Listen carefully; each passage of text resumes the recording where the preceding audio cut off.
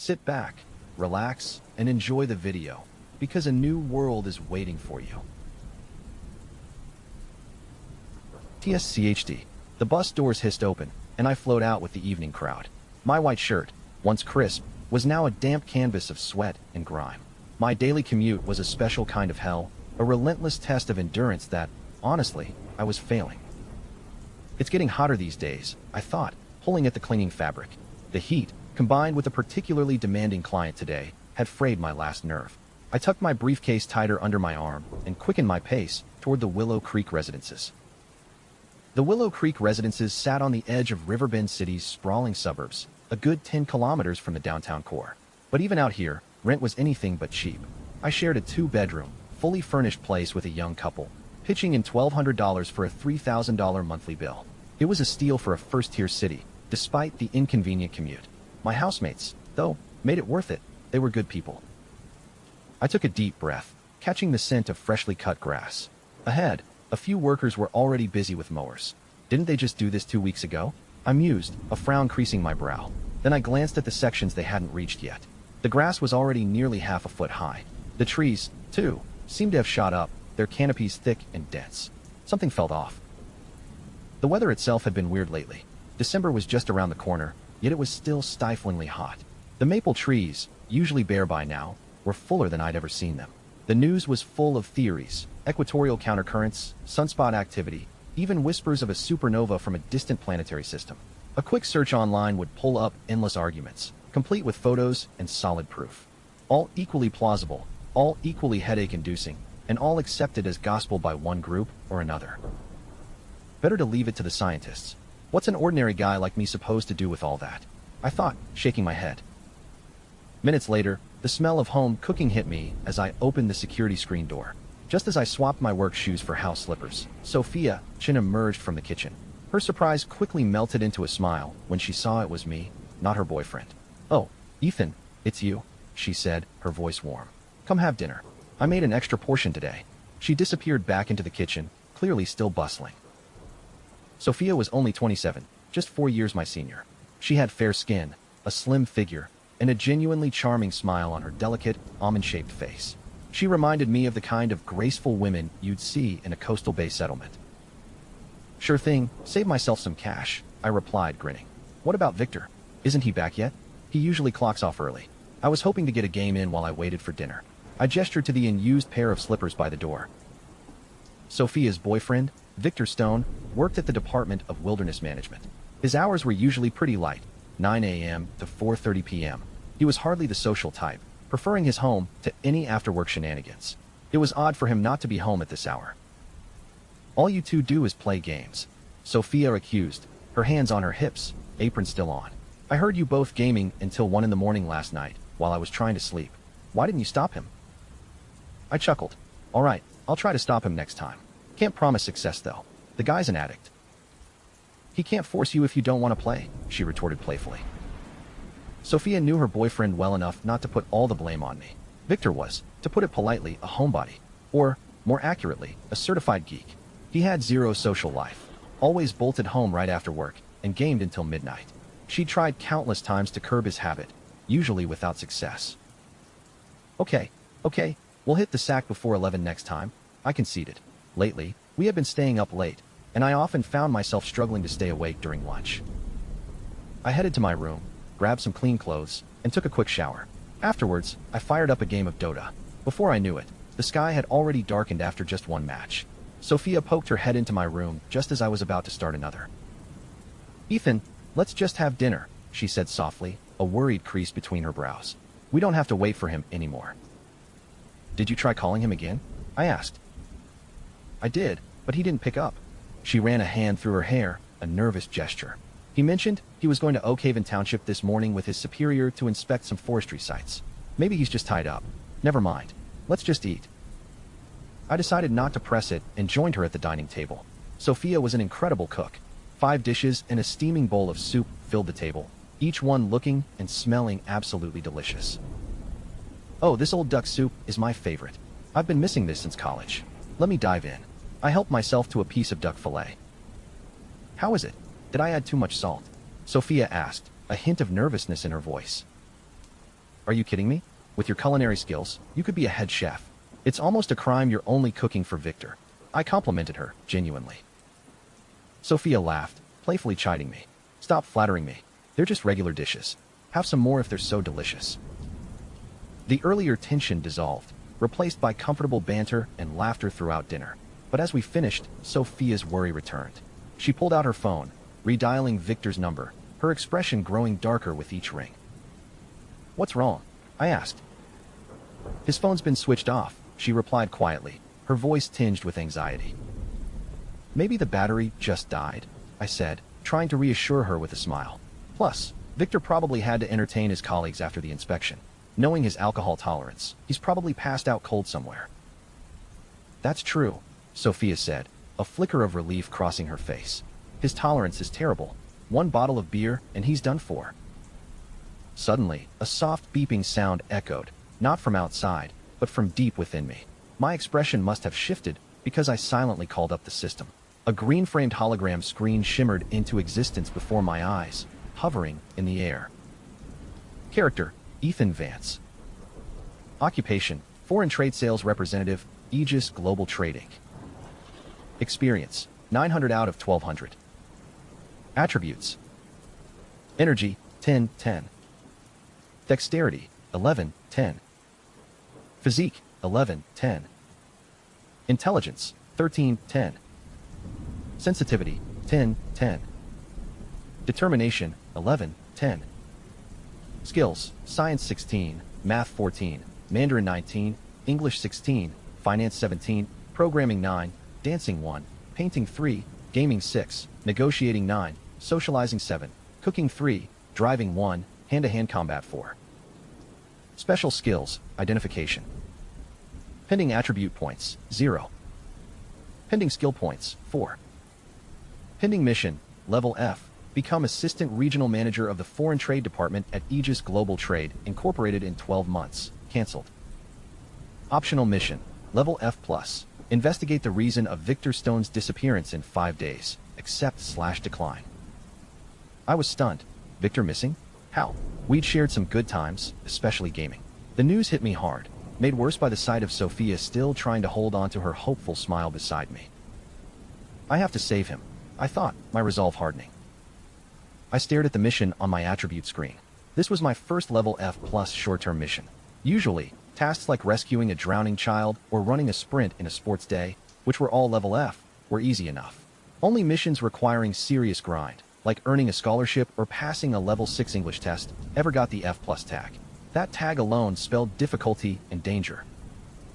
But what really caught me off guard was that my previous mission, to become Assistant Regional Manager of Foreign Trade at Aegis Global Trade Incorporated, had been cancelled.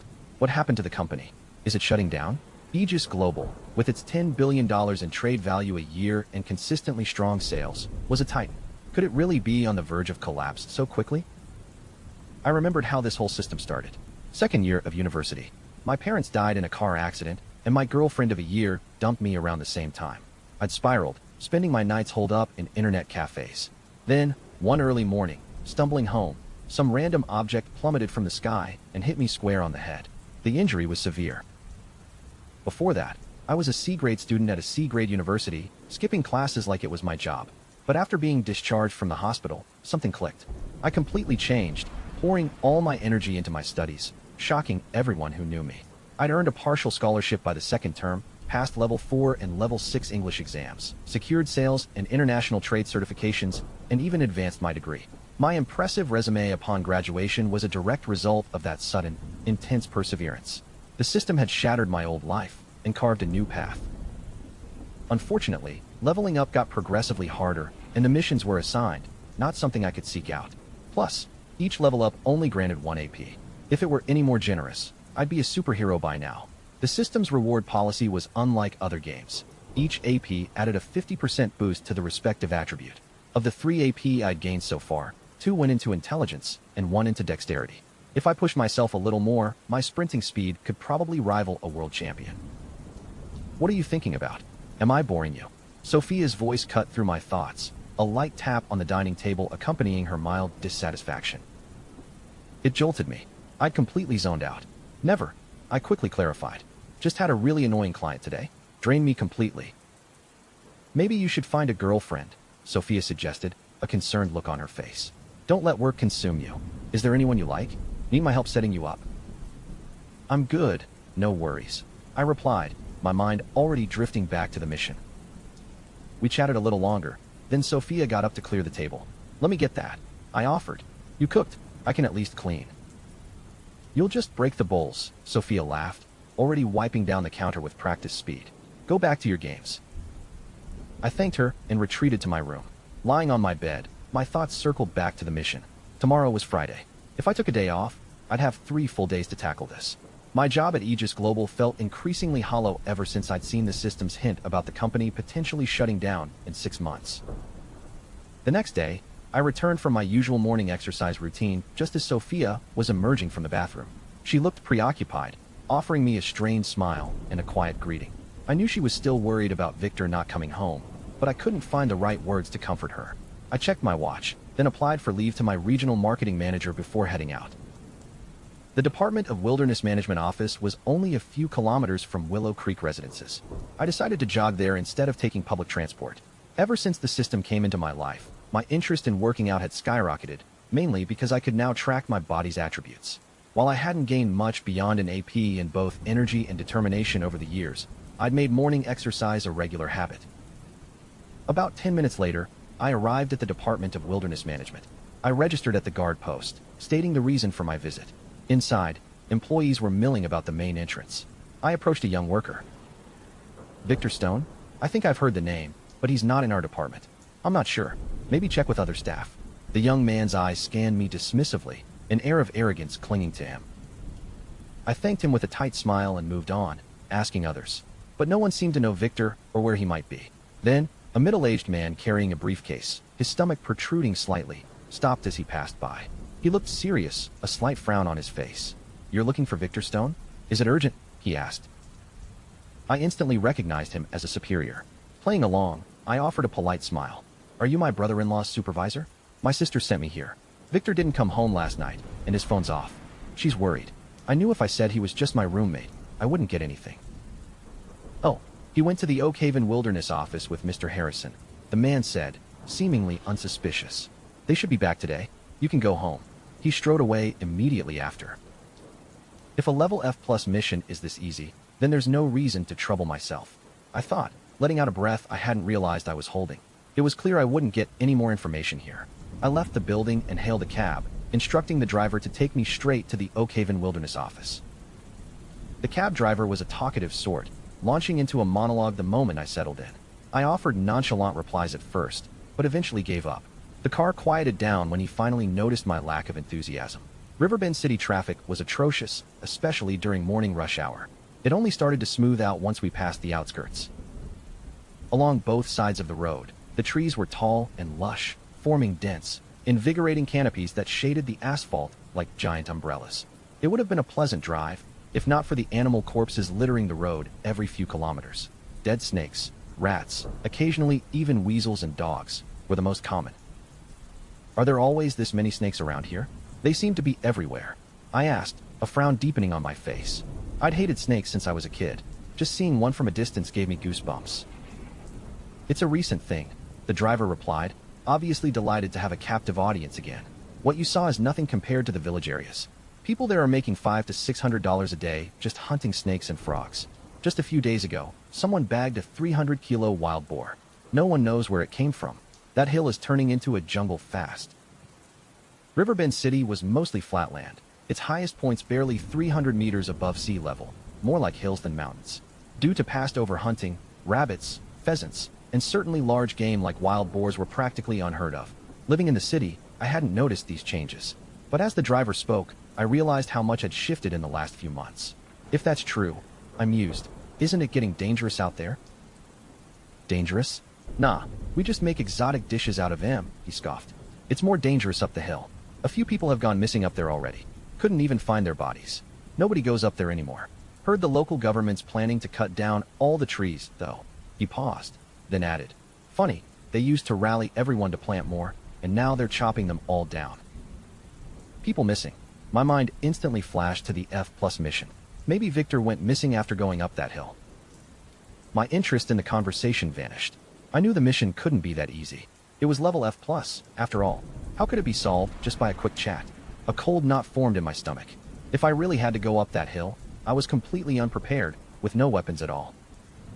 But overthinking it wouldn't help. The best thing was to inquire at the wilderness office first, then figure out my next move. About 10 minutes later, the cab pulled up in front of a 2-story building. "All right, this is the wilderness office," the driver said. "That'll be $78. Want me to wait?" "No, thanks," I replied, paying him and stepping out. I headed straight for the entrance. A part of Riverbend City, Oak Haven Township was a smaller, independent community with convenient transportation and a well-developed economy. However, its natural resources were sparse. With its limited budget and additional income, the Oak Haven Wilderness Office seemed much more desolate compared to the imposing Oak Haven precinct just about 10 meters away. I walked into the lobby of the building.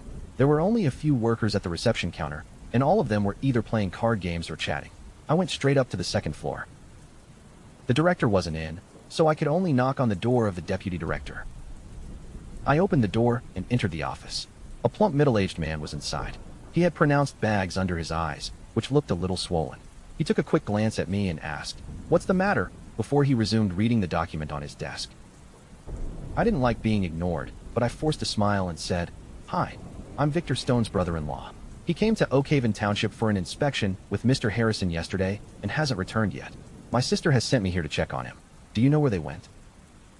The middle-aged man finally raised his head, the shock evident on his face. "Mr. Harrison and Victor didn't come back? Hold on, let me make a call." He stood up, took out his phone, and made call after call, the beads of sweat on his forehead teeming more and more by the minute. A few minutes later, he finally slumped back against his chair. "Where did they go yesterday?" I asked, curiosity tinged with an ominous feeling. "Yesterday, Mr. Harrison, Mayor Harding, Chief Officer Miller, and Victor went up Blackwood Ridge for inspection after lunch. They should have been back yesterday already. Have you called Victor? Is it possible that he's gone somewhere else?" he asked nervously. I was startled. This felt like a bad omen in my heart. I quickly replied, "My sister has called him several times, and I visited the Department of Wilderness Management this morning as well. His manager told me that my brother-in-law and his supervisor have not returned yet, and that it's possible that they're still on the ridge. The most important thing to do now is to get help from the police." Yes, the man, Walter Thompson, nodded his head vigorously. If anything happened to these superiors, not only would the local government be criticized, but he himself would also be fired from his position as deputy director. He quickly stood up and made a call. "Chief Inspector Davies, I'm Walter Thompson from the Wilderness Office. Yes, I'll be heading over in a while. It's difficult to explain over the phone. I'm coming over right now." He hung up the phone and said, "Come on, follow me to the Oak Haven precinct." Walter Thompson and I quickly left and went to the nearby police station.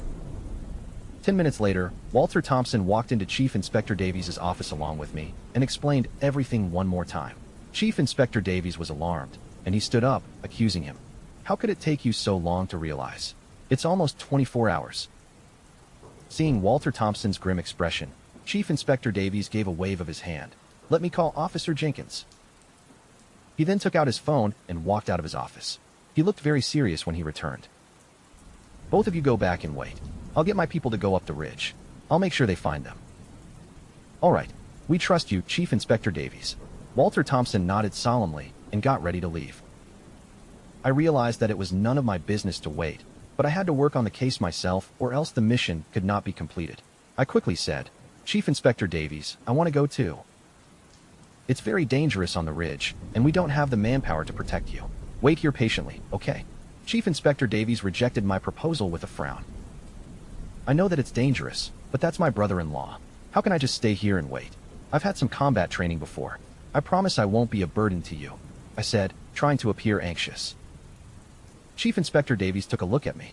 I was tall and, with my recent attribute point allocation, probably appeared more muscular than before. I had indeed been working out, and could possibly be of help up on the ridge. "Okay, but you need to follow the orders." "I promise I'll follow them," I answered immediately. Chief Inspector Davies dialed on his phone again before speaking. "Captain Reynolds, have 3 members on call right now, and report to my office." Barely a moment after he had hung up, a lean, tan middle-aged man came into the office. "Chief Inspector, you asked for me?" Yes, put your work on hold for now. There's a more pressing matter. A few superiors from the city and Mayor Harding have gone missing on the ridge. I want your team to find them now. The man's facial expression turned serious at once. I'll go right away. Is there anything else, Chief Inspector? Yes, this is Ethan Vance, one of the victim's family members. He wants to come. Take him along. Captain Reynolds took a peek at me and replied, All right, I'm leaving right now. He then spoke to me coldly. Follow me. The two of us left the office. There were already 3 people waiting in the corridor, 2 men and a woman, all of whom looked younger than 30. Of course, my eyes would set on the young woman. She wore a short-sleeved police uniform shirt. Her waist was slim, and her breasts were pert. Her long legs were clad in a pair of nude stockings below the hem of her police uniform skirt. She was like a ripe peach, absolutely alluring. Guess this is what people call a uniform fetish, I thought as I shifted my gaze to the 2 men. One of them was around 30 years old, tall, with a face full of pimples and a crew cut. If not for his police uniform, he could certainly pass for a mugger. The other man looked like the epitome of innocence. He seemed to be new to the job. Captain Reynolds, what do we have today? How come it's so urgent? Officer Marcus Mack, Riley asked Captain Reynolds, his tone not very respectful. We'll talk about it later. Everyone change into a long-sleeved uniform and get your weapons ready. We are going up the ridge. Officer Daniel Miller, get a uniform for me too. I'm coming with you. He ordered the rookie while he looked at Officer Marcus Mack Riley. Yes, Captain. Officer Daniel Miller replied immediately before turning to me. Follow me. You must be the same size as me, right? You won't mind wearing my uniform, will you? Of course not. Thank you. I smiled and asked, Officer Daniel Miller, you just passed the civil service exam this year, didn't you? Officer Daniel Miller laughed and said, Nah, I didn't pass. I graduated from the police academy. I came here to be a community patrol officer using some connections, but I can transfer if I perform well. Anyway, let's get to work now. That doesn't sound bad. At least the benefits should be good. They're decent enough to survive, was his reply, but his tone was mixed with a hint of determination. He took 2 sets of uniforms and 2 pairs of boots out of his locker and handed one of them to me. The weather had been warm and humid lately, and it was evident that the long-sleeved uniform had been ruled out for a short period of time as it smelled moldy, but overall it was still clean. When I was done changing, Officer Marcus Mack, Riley came in and tapped my head. Could pass as a policeman. Where are you from, kid? How come you're following us up the ridge? I was a bit unhappy and moved my head out of the way discreetly while smiling. My brother-in-law has gone missing on the ridge. I'm coming along to search for him. My name is Ethan Vance. What should I call you? Just call me Mac. Officer Marcus Mack, Riley knew that he had annoyed me and grinned. Don't mind me. It's an old habit. So, who is your brother-in-law? He works for the Department of Wilderness Management. I answered vaguely and ignored Mac in favor of asking Officer Daniel Miller. Can you give me a gun for self-defense? I heard it's quite dangerous in the forest. Officer Daniel Miller shook his head. I can't simply give you a gun. It's against the rules, no way. I quickly asked, how about a knife or something? You can't have me going into the forest completely unarmed, right? This was an F+ mission. It would definitely be very dangerous for me to go in without a weapon. Okay, let me ask Captain Reynolds. Officer Daniel Miller walked out of the locker room. A moment later, he came back and said, no gun, but you can have a knife. We've seized a lot of them anyway. I'll take you to the storeroom. The two of us went to the storeroom, which was located at the end of the corridor. Officer Daniel Miller opened one of the big boxes.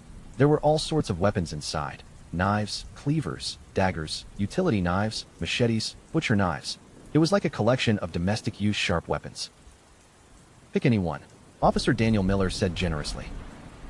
Considering there were snakes and other similar creatures around the area, as well as rattan and twigs on the ridge, I supposed that a short weapon, like a dagger, would be practically useless, while a cleaver seemed too fragile and would not be able to inflict much damage. After some consideration, I decided upon a machete used for hacking and chopping. I slashed through the air a few times to try out how it felt in my hands, and was rather satisfied with it. At the same time, I whispered "identify" silently, and a string of words appeared in my head. Sharp machete. Material, alloy. Rarity, white. Weight, 2.5 kilograms. Sharpness, 10 to 15. Equipment requirement, strength 9. Remarks: this is a modern agricultural weapon, suitable for land reclamation, wood chopping, and of course capable of killing. Its quality is average, but the blade is strong. It's perfect for hacking and chopping. Not bad. It's sharper than the kitchen knives at home, I thought before saying, "This one." "Let's go then. Captain Reynolds is waiting for us," Officer Daniel Miller said. The two of us went out the entrance, where everyone was already waiting inside the police car. I picked up my pace and quickly got in the car. The car took off and headed for the outskirts. After a while, they drove down an avenue and turned into a small road. Both sides of the road were framed by endless green fields. "This is the farmland, right?" I asked, unsure. Weeds were all over the farmland. Surprisingly, they reached about 1 meter in height, covering the soil completely. It looked like a green ocean whenever the wind blew. "I guess so." Officer Clara Thorne, sitting at the passenger seat, also seemed surprised. "I don't remember the grass being this lush when I came by about 10 days ago. This is unbelievable. The weeds are going to take over the roads soon." "If the weeds have already grown up to this height, won't it be worse in the forest? How could you accept this mission, Captain Reynolds? It's possible that all of us could go missing too," Mac joked. "True. I've heard that it's very dangerous up the ridge now," Clara Thorne added. "Tell Chief Inspector Davies if you dare then. Why are you telling me? You could talk to the inspector if you wanted to. I can't help on this issue," Captain Reynolds replied grimly. He was preoccupied by the sudden increase in missing persons cases as well. There had already been 5 people missing, and most of them had come from the village near Blackwood Ridge. He was more aware of the dangers of Blackwood Ridge than anyone else. However, he could do nothing but obey the chief inspector's orders. "I guess it can't be that dangerous on the ridge, right? All of us are carrying weapons. We could handle the situation, even if we come across a wild boar." I tried diverting the conversation. If they continued to discuss this further, the policeman might just go back to the Oakhaven precinct after a short drive. That was when the policeman realized that there was a relative of one of the victims with them. "All right, stop discussing this. We're police officers. If we surrendered this easily every time we faced adversities, everyone would be laughing at us. We will go up this ridge, and we'll head back if it's too dangerous. At least we'll have done something. What do you think, Ethan Vance?" Captain Reynolds said. "Sure. If we were all in danger, I think my brother-in-law would do the same thing," I replied softly. This was my only choice for now. I could only give up if the mission became too dangerous. Although this would deduct a lot of my EXP, it was still better than losing my life. Half an hour later, they drove into a remote village and made a stop there. I got out of the police car and looked towards the front. The ridge was a stretch of dark green, its eminence less than 200 meters, yet it was enough to distress me. "It's almost 11 a.m. Let's have lunch first, and we'll depart for the ridge in an hour." Captain Reynolds shifted his gaze from the ridge to his watch as he made his way to a roadside store. The food joint in the village, which I quickly learned was called the Ridge Grub House, had a questionable hygiene rating, but its menu was certainly unique. They served mostly exotic dishes: rabbit stew, snake soup with shredded bamboo shoots, sliced chicken with fungus, and braised frog. The villagers had hunted all of them. While usually rare, these wild catches had become surprisingly common lately. Despite the intriguing menu, the atmosphere at our table was tense. Conversation died out after some brief small talk. About 15 minutes later, Captain Reynolds set down his cutlery and lit a cigarette. I borrowed his lighter, mimicking him. Smoking wasn't a habit of mine, but sometimes, when troubled, I found myself reaching for one. "Let's go," Captain Reynolds declared, standing as he finished his cigarette. Everyone rose, heading towards the base of Blackwood Ridge. I walked at the back of the line, absently swinging the machete, letting it cut through the thin air. Officer Marcus Mack, Riley glanced back at me, a smirk playing on his lips. "You're very energetic, aren't you?" he teased. "There are weeds all over the ridge. You'll get to chop them all you want later." I didn't mind his ribbing. I work out often, so I'm pretty fit. You guys can leave it to me to blaze a trail. Just be on the lookout. Truth be told, I wasn't feeling particularly energetic or enthusiastic. I just wanted to practice with the machete. This mission already felt far more dangerous than anything I'd faced before, and in a forest like this, my 4 AP hand-to-hand combat skill felt woefully inadequate compared to having a proper bladed weapon. But acquiring a new skill wasn't easy. It wasn't like I could just pick up a knife and start slashing to gain mastery. You had to learn the basic maneuvers, which required a lot of practice. Take my driving skill, for example. I'd gotten it from earning my license, and even then, it was a pathetic level 1. I could only imagine the difficulty level for something like blade mastery in these woods. "Sure, looks like we'll have to rely on you after all," Mac laughed. Officer Clara Thorne, the young policewoman, couldn't take it anymore. "Mac, stop bullying him." She turned to me. "It's all right, Ethan. We can take turns later. I'm fine, don't worry, I replied with a grin. Clara, why are you blaming me? He's the one who volunteered, Mac grumbled, then muttered. Doesn't hurt to be young and handsome, I guess. Clara, whose name I now knew, glared at him but said nothing more. Officer Daniel Miller, the rookie, rushed to chime in. Bro Mac, Sister Thorne, I'll take turns with Ethan since the two of us are the youngest. He was new to the job, and this was clearly his chance to prove himself. All right, we'll leave the lead to Daniel and Ethan. Captain Reynolds finalized the plan. The rest of you, be on alert and watch our surroundings. We walked through the village and soon reached the end of the paved road. A 2-meter-wide farm trail, already heavily overgrown with weeds, replaced it. If not for the villagers who used this route regularly, it would have long since blended into the farmland. We stepped onto the grass, which felt soft underfoot and wasn't too difficult to navigate. Rustling and bustling sounds occasionally came from the bushes, putting everyone on edge. No one knew if it was a rat, a snake, or something entirely different. Mac, who had been walking towards the back, suddenly slapped himself in the face. He checked his palm, finding an unfortunate mosquito crushed in a drop of blood.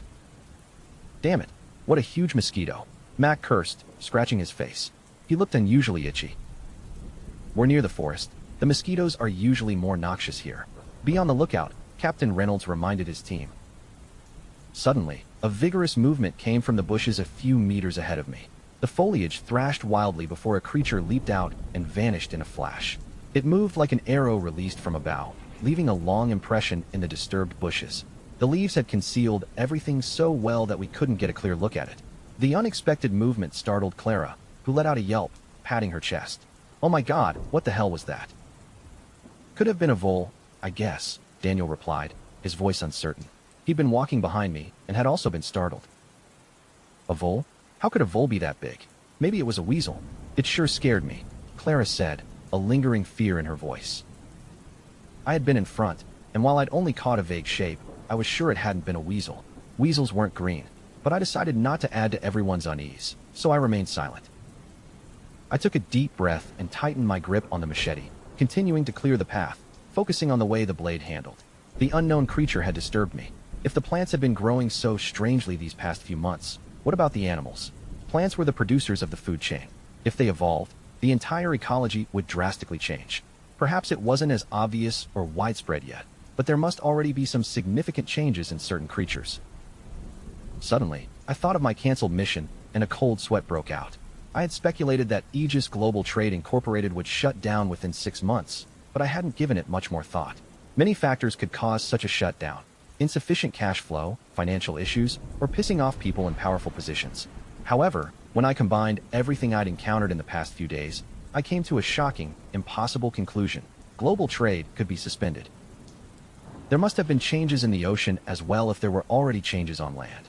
Once sea freight started experiencing problems, the number of affected companies and people would be unpredictable. The world seemed to be undergoing some kind of major upheaval. I lived in the city, and while the media had made me aware of these changes, I hadn't thought they were serious enough to demand my full attention. I probably would still be ignorant if I hadn't visited this village. No wonder the price of basic goods had skyrocketed and the frequency of bank interest rate changes had increased suspiciously. I needed to prepare myself after completing this mission. After a while, we arrived at the base of Blackwood Ridge, where we found what appeared to be a trail covered by thorny plants and thick bushes. When I saw Max scratching his face, an angry lump the size of a baby's fist already forming, I asked curiously, "What happened to your face?" "It's the sting from that damn mosquito. It's so itchy," Mac huffed, checking his sidearm and scratching his face a few more times. Clara came over to examine it and looked completely shocked. "Oh, how could the mosquitoes here be so noxious? I should have applied for leave today. I won't be able to face anyone if I get stung like this." Daniel held in his laughter. "Maybe bro Mac has sensitive skin. I used to have a classmate like this. He'd always get a big lump whenever he got stung." "Fuck off. My skin is perfectly normal. Did any of you bring any rosewater or ointment?" Mac asked, scowling at them.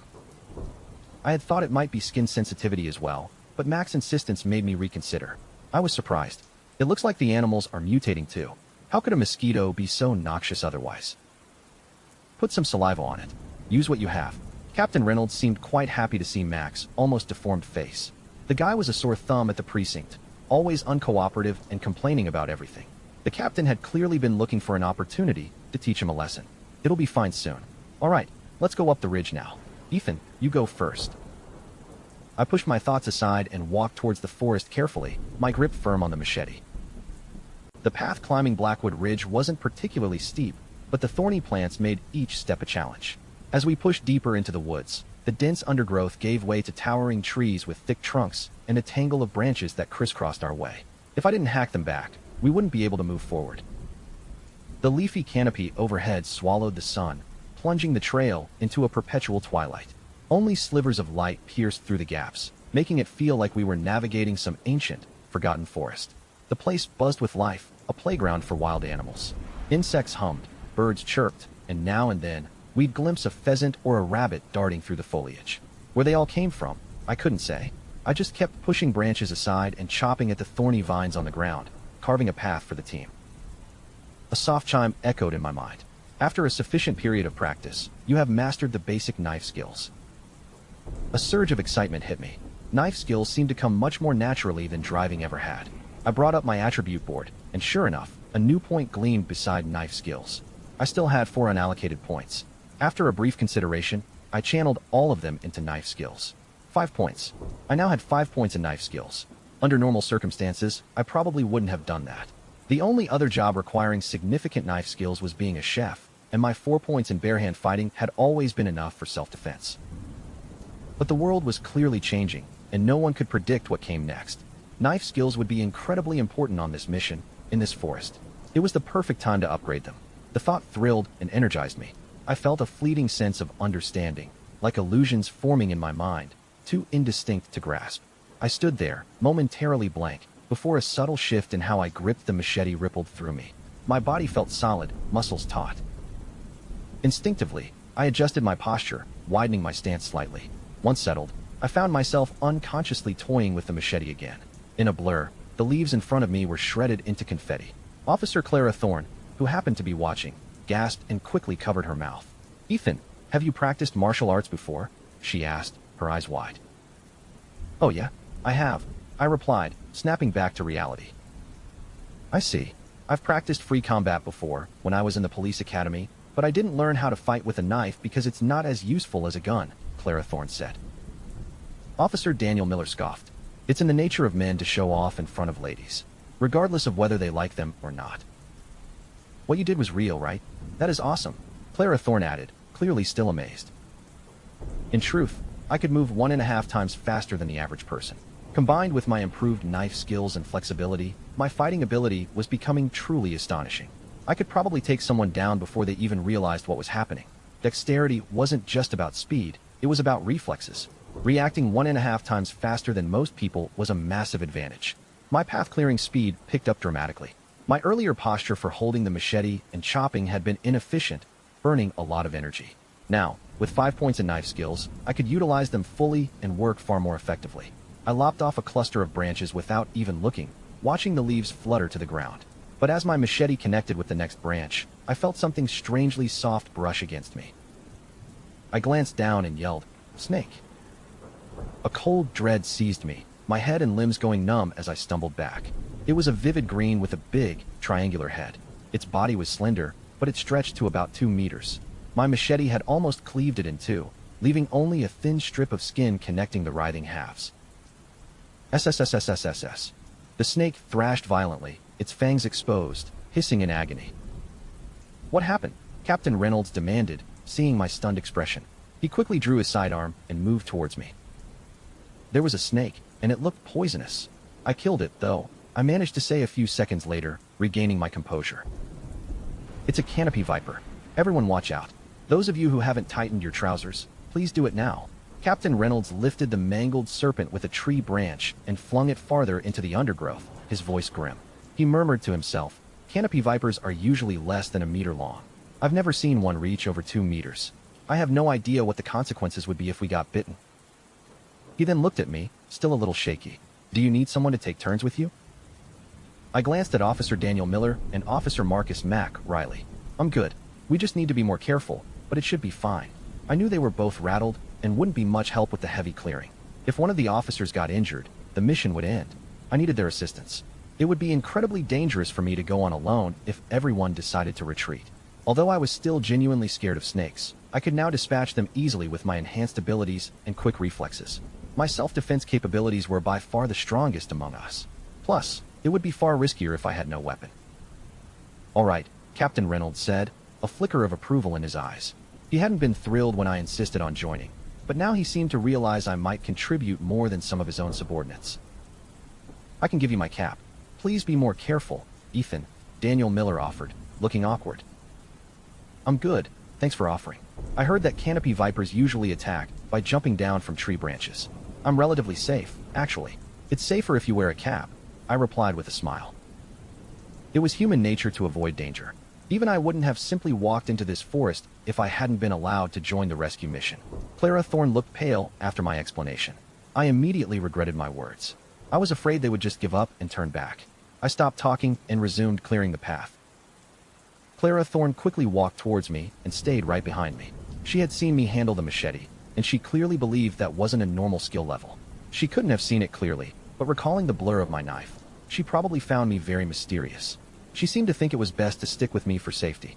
We had reached the end of the last recognizable path. The trail was now completely swallowed by branches. We could only rely on me to find the way forward.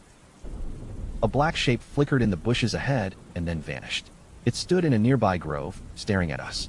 It was as big as a dog, but sleek and agile like a cat, with shiny, silken fur.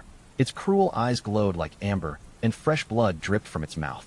I immediately froze, holding my machete up in front of my chest, ready to strike. "Looks like a leopard," Clara Thorne whispered, her voice shaky as she cautiously leaned forward. I thought it was a leopard too, but how could a leopard be wandering around here? Bang! Bang! Everyone had panicked except Captain Reynolds and Mac Riley, who reacted instantly, drawing their guns and firing. The animal let out a startled cry and scrambled back into the grove. "That must have been a wildcat. Too bad we didn't get it," Captain Reynolds muttered, checking the bushes but finding no blood. "Everyone be more careful. Wildcats are very vindictive. It might come back again." Hearing it was just a wildcat, Daniel Miller piped up. "I'm worried it won't come back. I haven't tried wildcat meat before." He was afraid of these beasts, but subconsciously, he didn't take wildcats seriously, thinking they were weaker than other wild animals. "Look who's getting his courage back. I hope you don't pee your pants later," Mac Riley teased.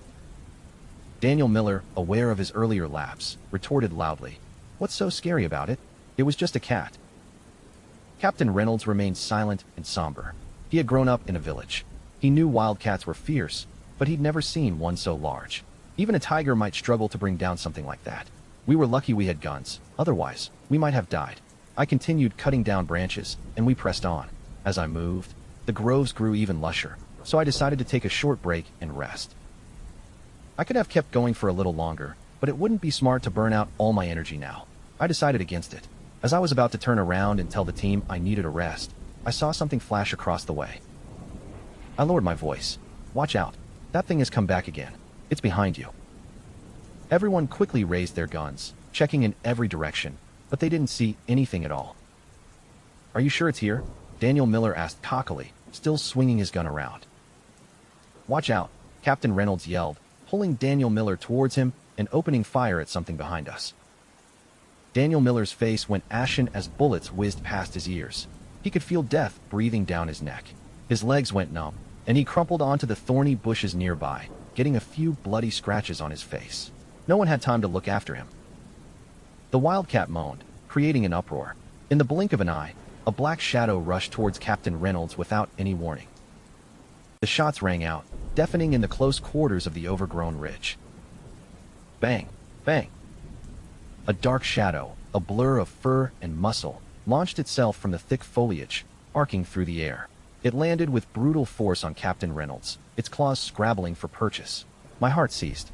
I saw the wildcat's amber eyes, a flash of pure predatory instinct, and Captain Reynolds' body stiffen, momentarily paralyzed by shock and the sheer speed of the attack. Before I could even consciously register the thought, my body moved. I surged forward, pushing off the unstable ground with all my might. With a grunt, I slammed my shoulder into the wildcat's side. The impact wasn't graceful, but it was powerful, fueled by adrenaline. The creature shrieked, an enraged, guttural sound, and was thrown clear of Captain Reynolds. It tumbled in the air, landing awkwardly on the uneven terrain, rolling for a few seconds before scrambling back to its feet. It shook its head, clearly disoriented. That moment of dizziness was all I needed. I didn't hesitate. My machete, still clutched in my shaking hand, arced down with a desperate, heavy swing. The blow connected with a sickening thud. The wildcat's backbone snapped, a wet, tearing sound, and its body twisted, splitting into two gruesome halves. A pained moan gurgled from its throat. Its limbs thrashed, twitching and clawing at the earth, a desperate, dying struggle to crawl away as its internal organs spilled out, painting the ground crimson. The air was suddenly thick with the coppery stench of fresh blood, a smell that turned my stomach. Bang! Bang! Officer Mac Riley, ever pragmatic, quickly fired 2 more shots, aiming for the wildcat's head. The creature finally stilled, its thrashing ceasing. Bloody cat, Mac muttered, holstering his weapon with a grimace. The gore and the overpowering smell were too much for Officer Clara Thorne. She stumbled away from the scene, her hand clapped over her mouth, and I heard her retching violently in the bushes. I wasn't feeling much better myself. It had all happened so fast, a blur of instinct and terror. I hadn't had time to think, only to act. Now, as the adrenaline began to recede, my hand trembled uncontrollably, a tremor that spread throughout my entire body. Since when had I become this decisive, this violent? I had no idea. It was a terrifying realization. Officer Daniel Miller, who Captain Reynolds had pushed out of the wildcat's path, crawled out from behind a thicket, his face pale and streaked with dirt. "Captain, this is already too dangerous. We don't have the manpower for this. If a wildcat can injure us this badly, I can't imagine what else we'll run into. I think we've gone far enough. We're not going to find anyone alive out here." His words hung heavy in the air, and I saw the exhaustion etched on every face. The unspoken thought was clear: the worst had happened. A surge of anger, hot and unexpected, washed over me. I won't believe Victor is dead until I find his body. I snapped, my voice rough. The least we can do is keep checking. Daniel exploded. "You have no right to speak. You can go get yourself killed if you want, but you can't drag us down with you." He was yelling, his face contorted in a mixture of fear and fury. I stared at him, wondering what had set him off. I hadn't done anything to him, but his reaction was extreme. "Then go back if you're scared," I shot back, the words biting. "You haven't been much help anyway." My insult clearly hit a nerve. Daniel's eyes narrowed, and with a sudden, jerky movement, he drew his handgun and pointed it directly at me. "You son of a..." "Say that again," he snarled, his hand shaking. "No," Clara screamed, her voice a thin, panicked cry. She must have been as shocked as I was by Daniel's impulsive act. He had seemed so quiet, so introverted until now. "Daniel, put that gun down now." Captain Reynolds' voice, though firm, held a dangerous edge. His expression was grim. Daniel flinched at the captain's command, his gaze wavering. He hesitated, but his ego clearly wouldn't let him back down immediately. He raised his voice, a desperate attempt to regain control. "Captain, I don't mean to disobey, but I want an apology from him." My heart hammered against my ribs, a frantic drumbeat in my ears. Looking down the barrel of that gun, I felt a cold dread creep into my bones. My mind went blank for a horrifying second, a fleeting glimpse of oblivion. I almost fell to my knees, almost begged for forgiveness. But then, a stubborn defiance flared within me. I wouldn't bow to this. This was an insult.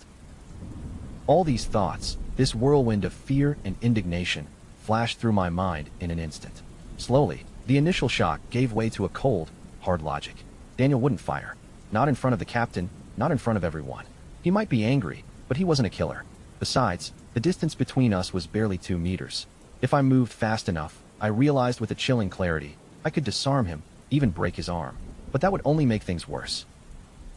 "Put your gun down if you want me to apologize," I said, my voice surprisingly steady. "You'd already be dead if Captain Reynolds hadn't been quick enough to save you from that wildcat earlier. It doesn't matter if you're scared now. I'm following Captain Reynolds' lead. If he tells us to turn back, then I won't say another word." It was a risky gambit, an attempt to shame Daniel, while subtly reminding the others of my earlier intervention. Captain Reynolds' expression shifted. He remembered my role in saving him. Had I not acted, he might have been the one lying dead on the ground. He owed me something. "Daniel," I said, "put your gun down. Do you hear me?" Captain Reynolds' voice cut through the tension, sharper this time. Captain, Daniel stammered, his bravado crumbling. "Hey, just put the gun down," Mac chimed in, his tone flat. He clearly had no love for Daniel. Daniel glared at me for another long moment, his face a mask of thwarted rage, before finally lowering his weapon. I didn't even glance at him. Instead, I walked over to Captain Reynolds. "My apologies, Captain," I said sincerely. "I let my anger get the better of me. Please accept my apology." Captain Reynolds' rigid posture relaxed slightly. "It's all right, Ethan. I understand how you feel. It's not easy, and I imagine anyone in your shoes would react similarly. But it truly is dangerous here. If we haven't found them by the time we reach the peak, then we'll have no choice but to return. What do you say?" My heart sank a little, but his compromise was fair. There was still a chance. "Deal," I replied. "I know the odds are low, but there's still hope. If we give up now, then that hope dies completely." No one seemed to care about my earlier apology to Daniel anymore.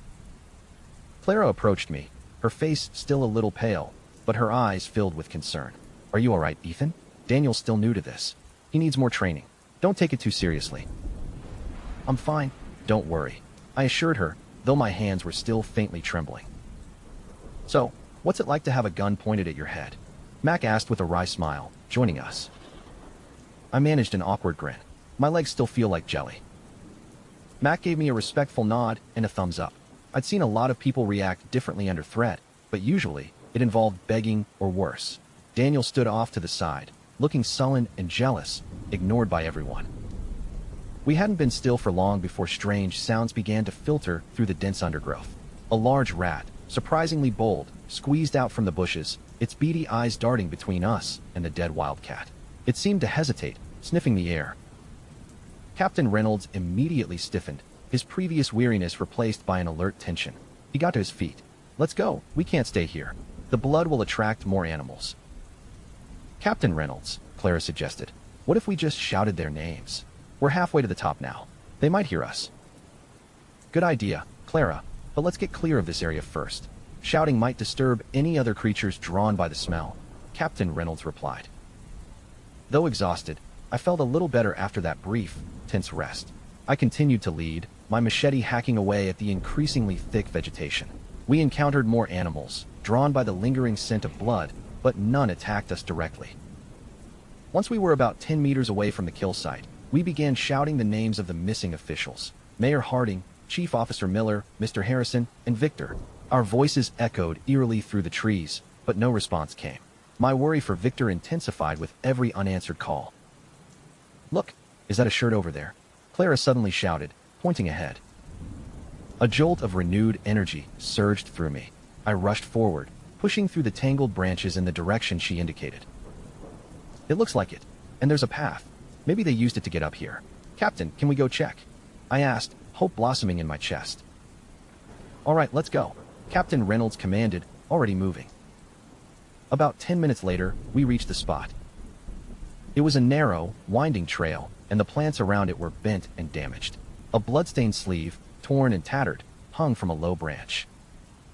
"The blood looks fresh, probably less than 2 days old," Captain Reynolds observed, crouching to examine the scene. "Could be the mayor's or someone else's from the group." He scanned the ground. "There's blood here too.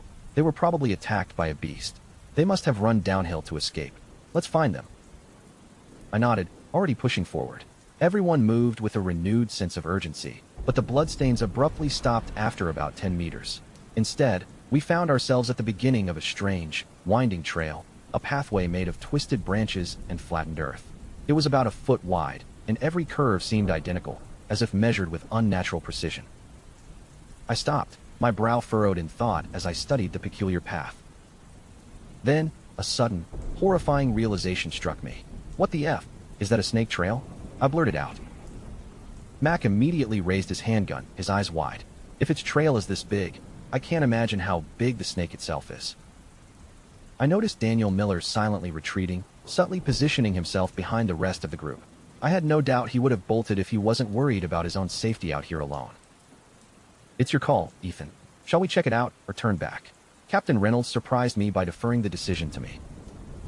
Clara quickly spoke up. "Let's just go back. I don't think your brother-in-law is still alive." I remained silent for a moment, weighing her words, the captain's question, and the horrifying implications of that monstrous trail. Then I spoke, choosing my words carefully. "Captain Reynolds, I can go home right now and just assume Victor is dead." I paused, the next words feeling heavy on my tongue. "I can leave, but you can't. That snake is already massive, and it will only grow bigger if the weather continues like this. When its appetite can no longer be satisfied by the forest animals, it will come down to Oak Haven Township, and then to Riverbend City, to find food. You're all officers. Eventually, you're the ones who will have to fight it. You can't just run from it. I pressed my point. Don't you think it would be easier to kill a snake that has just had a huge feast and is too heavy to move, rather than fight a giant, hungry one? How do you know it can't move? Daniel seized the opportunity, challenging me again. I stared at him as if he were an idiot. No matter how big a snake is, it needs at least a few days to digest after it has swallowed several large meals, like people. Its movement would be severely constrained by its heavy body. It would be slightly less dangerous to attack. I looked at Captain Reynolds, waiting for his decision. I had said all I could. If he chose to give up, I would have to accept my failure. I wasn't prepared to face a snake of that size alone, and my primal fear of snakes would probably prevent me from utilizing my full abilities anyway. After a long, tense silence, Captain Reynolds met my gaze. Let's hope what you've said is true, Ethan. Let's do this for Oak Haven Township. He still held on to his sense of duty, his justice. He knew this was their best chance to neutralize the threat, that things would only worsen if they didn't act now. Even Daniel remained silent. Walking on that monstrous snake trail was oppressive. Every bent tree, every snapped branch, gave us a chilling estimate of the creature's immense strength and size. Just a swipe of its tail, I thought, would be enough to cripple any one of us. My palms grew sweaty, a cold, clammy film that made the handle of my machete feel slick in my grip. I truly was worried. I wondered what Sophia would think of me if she knew how terrified I actually was. Everyone was on high alert, moving cautiously, their eyes scanning the dense foliage. After a while, despite the cool shade of the trees, we were all sweating. About 30 minutes later, we arrived at the end of the winding trail. Before us lay a barren, desolate expanse of dried, crooked branches. It looked utterly surreal, a landscape ripped from a nightmare. We immediately dropped to the ground, gasping for breath. This, I realized, was what a gigantic snake's habitat looked like. Daniel, you go and check it out. Don't disturb it, though, Captain Reynolds ordered in a low voice. He had clearly wanted to send me, but I had done so much already, far more than his own subordinates. He must have felt ashamed to put me at further risk. Daniel's face instantly paled. He looked at his colleagues, then at me. I met his gaze, a sarcastic smile playing on my lips, challenging him. He bristled. Fine, I'll go, he snapped. He regretted at the moment the words left his mouth, but there was no taking them back. Slowly, he drew his handgun and began to move forward, each step like he was walking to his own execution. He had only gone about 10 minutes when his legs gave out. He slumped to the ground, shaking, too terrified to go any farther. Captain Reynolds' expression hardened.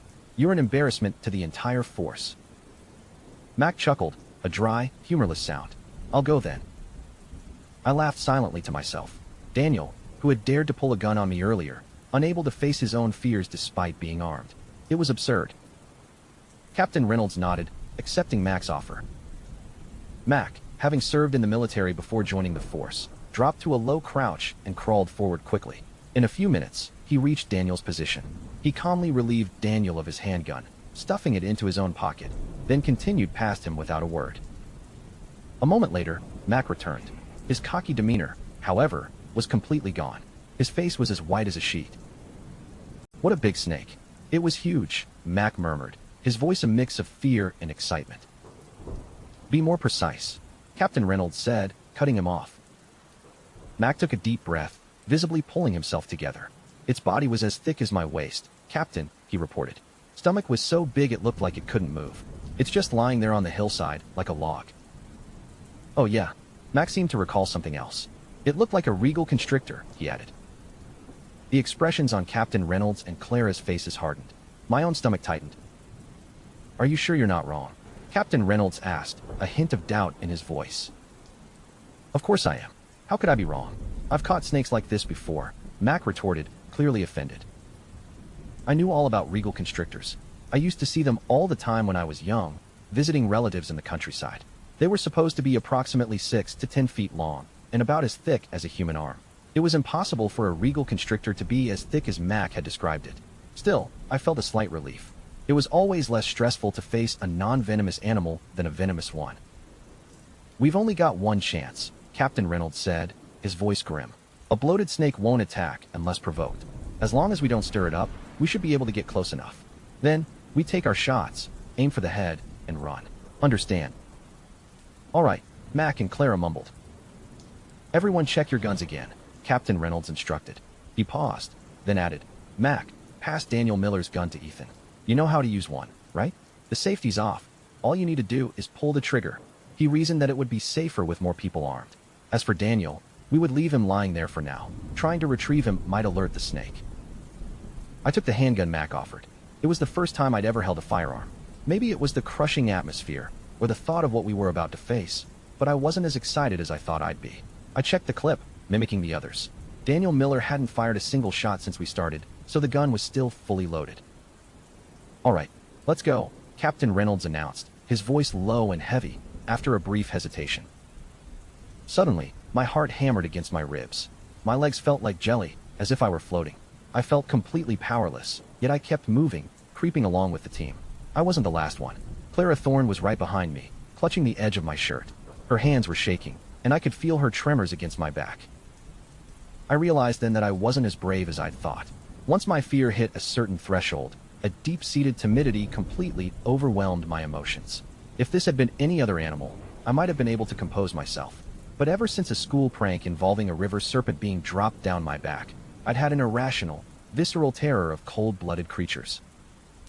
A faint, putrid smell of rotten fish wafted up from the hillside, utterly revolting. We all crept towards Daniel Miller's prone form before slowing down even further. Don't talk from now on. Just watch my hand signals before you act, Captain Reynolds whispered. He then slipped over the crest of the hillside and waved us forward. Mac followed without hesitation. I took a deep breath and followed. As soon as I cleared the crest of the hill, I saw it. The giant snake, lying there. Even with all my mental preparation, a fresh wave of icy dread swept down my spine. It was massive, easily over 30 feet long. Its huge body was adorned with scales that were not just shiny, but almost metallic, reflecting the sunlight in a rainbow-like halo. I doubted they were bulletproof, but they certainly looked like they could be. Its stomach bulged grotesquely, making its entire form resemble a gargantuan olive. This was the kind of creature that instilled terror even from a distance. The area was eerily quiet. The only sound was the ragged, heavy breathing of our group. In our modern, peaceful society, hardly anyone could keep their cool seeing something like this. Modern education, I thought, enhanced people's knowledge but often neglected their bodies. It increased the number of wise men but reduced the number of truly brave ones. Anyone able to contain their terror and not scream in this situation possessed a rare inner quality. Captain Reynolds looked back at us, his eyes stern, and signaled for us to follow before he began creeping towards the snake's head. We slowly fanned out, surrounding its immense body, stopping about 10 to 13 feet from its head. The giant snake's amber, ice-cold eyes were unmoving, pupils slightly dilated. It truly seemed to be asleep. I noticed the distinctive black stripes on the top of its head, forming a symbol. That symbol was a clear characteristic of its kind. It was indeed a regal constrictor. A dreadful, blood-freezing aura seemed to emanate from its entire form. My heart hammered, a frantic drumbeat against my ribs. I switched the gun to my right hand, clutching the machete in my left. I tried to regulate my breathing, but it came out in ragged gasps. I must have looked like a corpse, my face drained of all color. Clara Thorne, right behind me, looked even worse. Her body seemed to have turned to jelly, and she clung to my arm even tighter, the softer parts of her body pressing against my back. I had no time to appreciate her supple breasts, though. Instead, my face darkened. A dark thought flashed through my mind. I might get killed because of her if she panicked when the firing started and the snake began to thrash. Captain Reynolds raised his hand, gave the signal to attack, and then aimed his gun directly at the snake's eye. I struggled slightly, trying to free my arm, but Clara held on even tighter. Anxiety clouded my vision, but there was nothing I could do except aim the handgun at the snake's massive head. Time seemed to stretch, every second feeling like an eternity. Sweat beaded on my forehead, dripping down and splashing, almost like tiny crystals, onto the dusty ground. Almost at the exact same moment, 3 guns roared, spitting scorching hot bullets one after the other. No one could miss at such a close distance. Even I, who had never held a gun before, hit the target. Drops of thick blood splattered from the giant snake's head. Its amber eye was obliterated, replaced by a deep, bloody crater. The sleeping monster couldn't have anticipated such a devastating blow. The agony jolted it awake. Its massive head shot up with a speed that defied its size, moving like a blur. The sheer force of its movement whipped the air, creating a sudden, fierce gust of wind that threatened to knock me off my feet. But the movement was brief. Its head crashed back down to the ground. The dying snake thrashed violently, mouth agape, letting out a deafening hiss. My bullet, along with the others, hadn't just destroyed its eye, it had pierced its brain.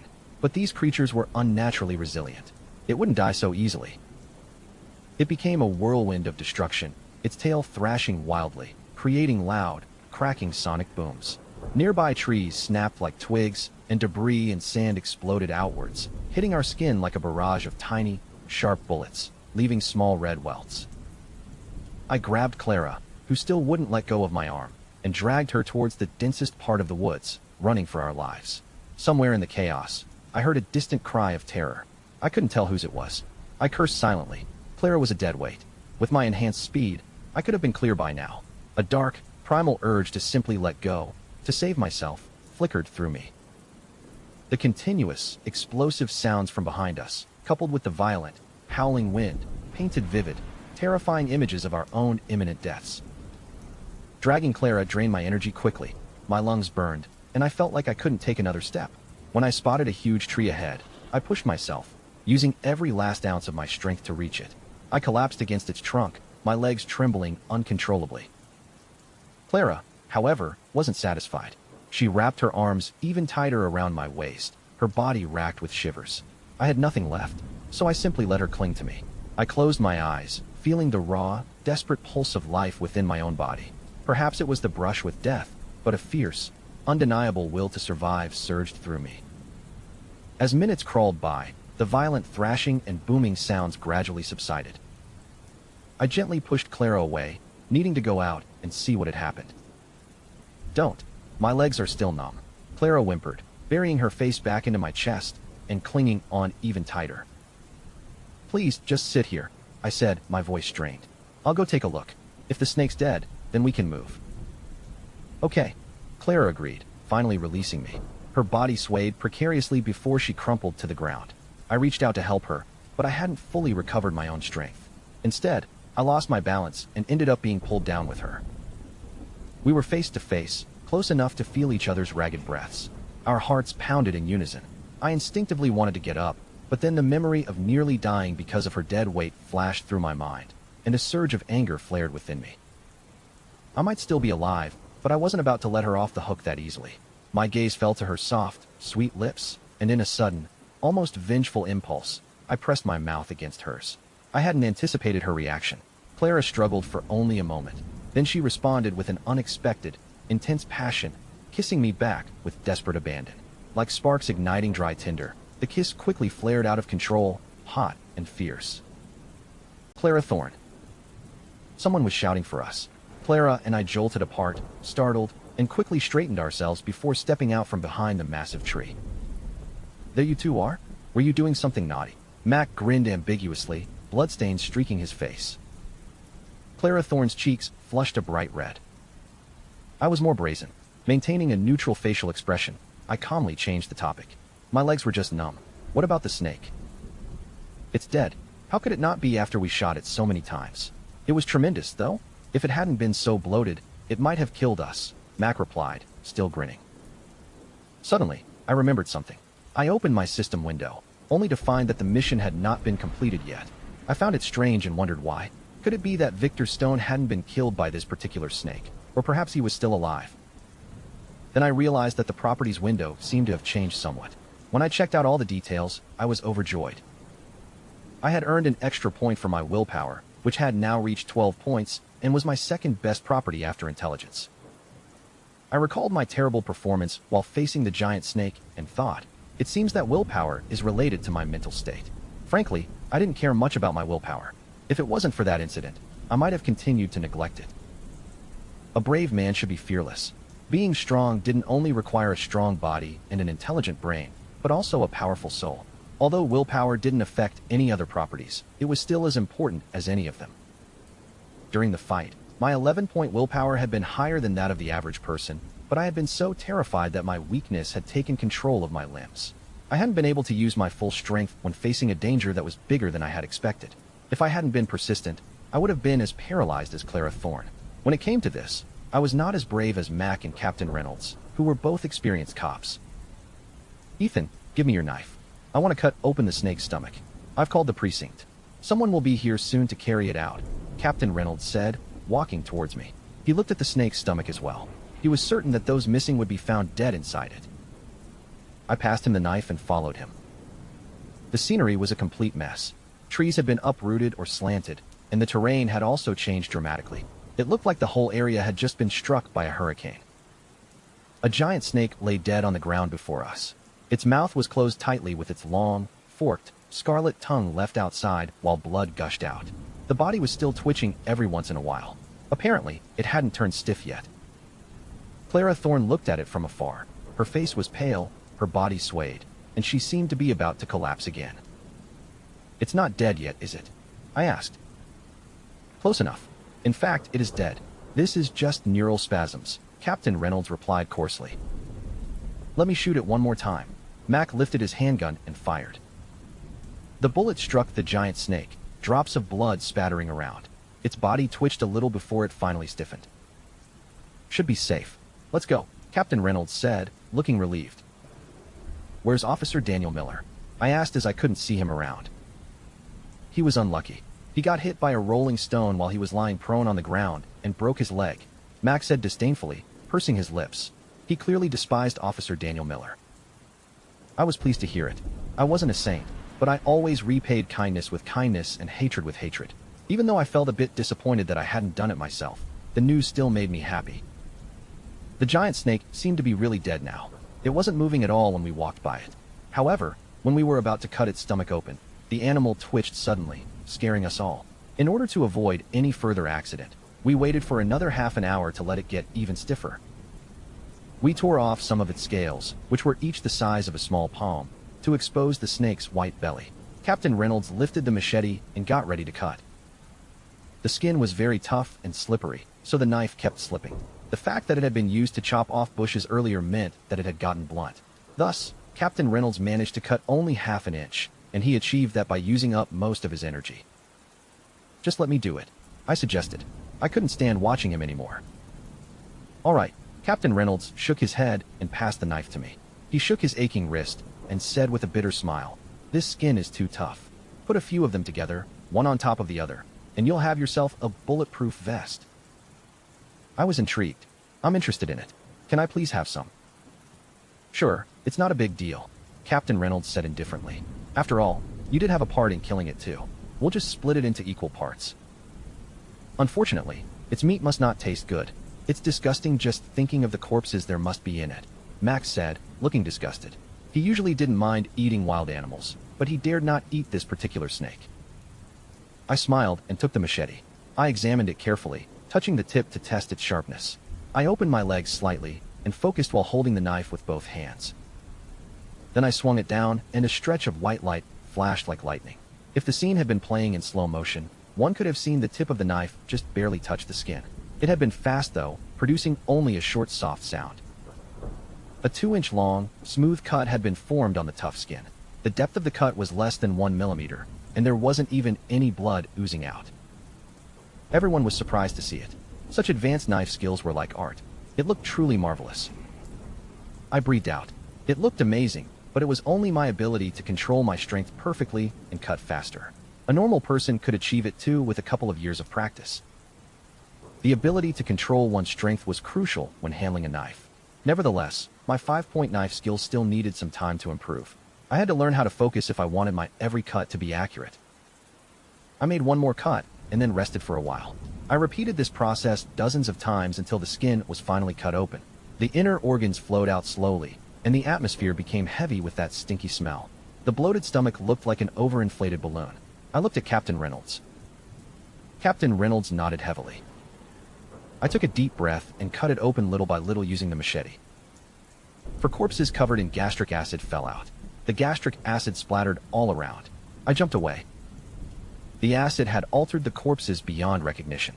The head and some other parts of the bodies had been completely digested, leaving behind only bones. Therefore, the identities of those corpses could not be confirmed. I took only a look before my stomach churned. The other two men looked just as sick. Suddenly, a mechanical sound chimed in my mind. A system prompt confirmed, F+ level mission investigation of the disappearance of Victor Stone has been completed. Mission completed in 19 hours 35 minutes. Mission evaluation, good. Basic experience value reward 400. Good evaluation, experience value plus 200.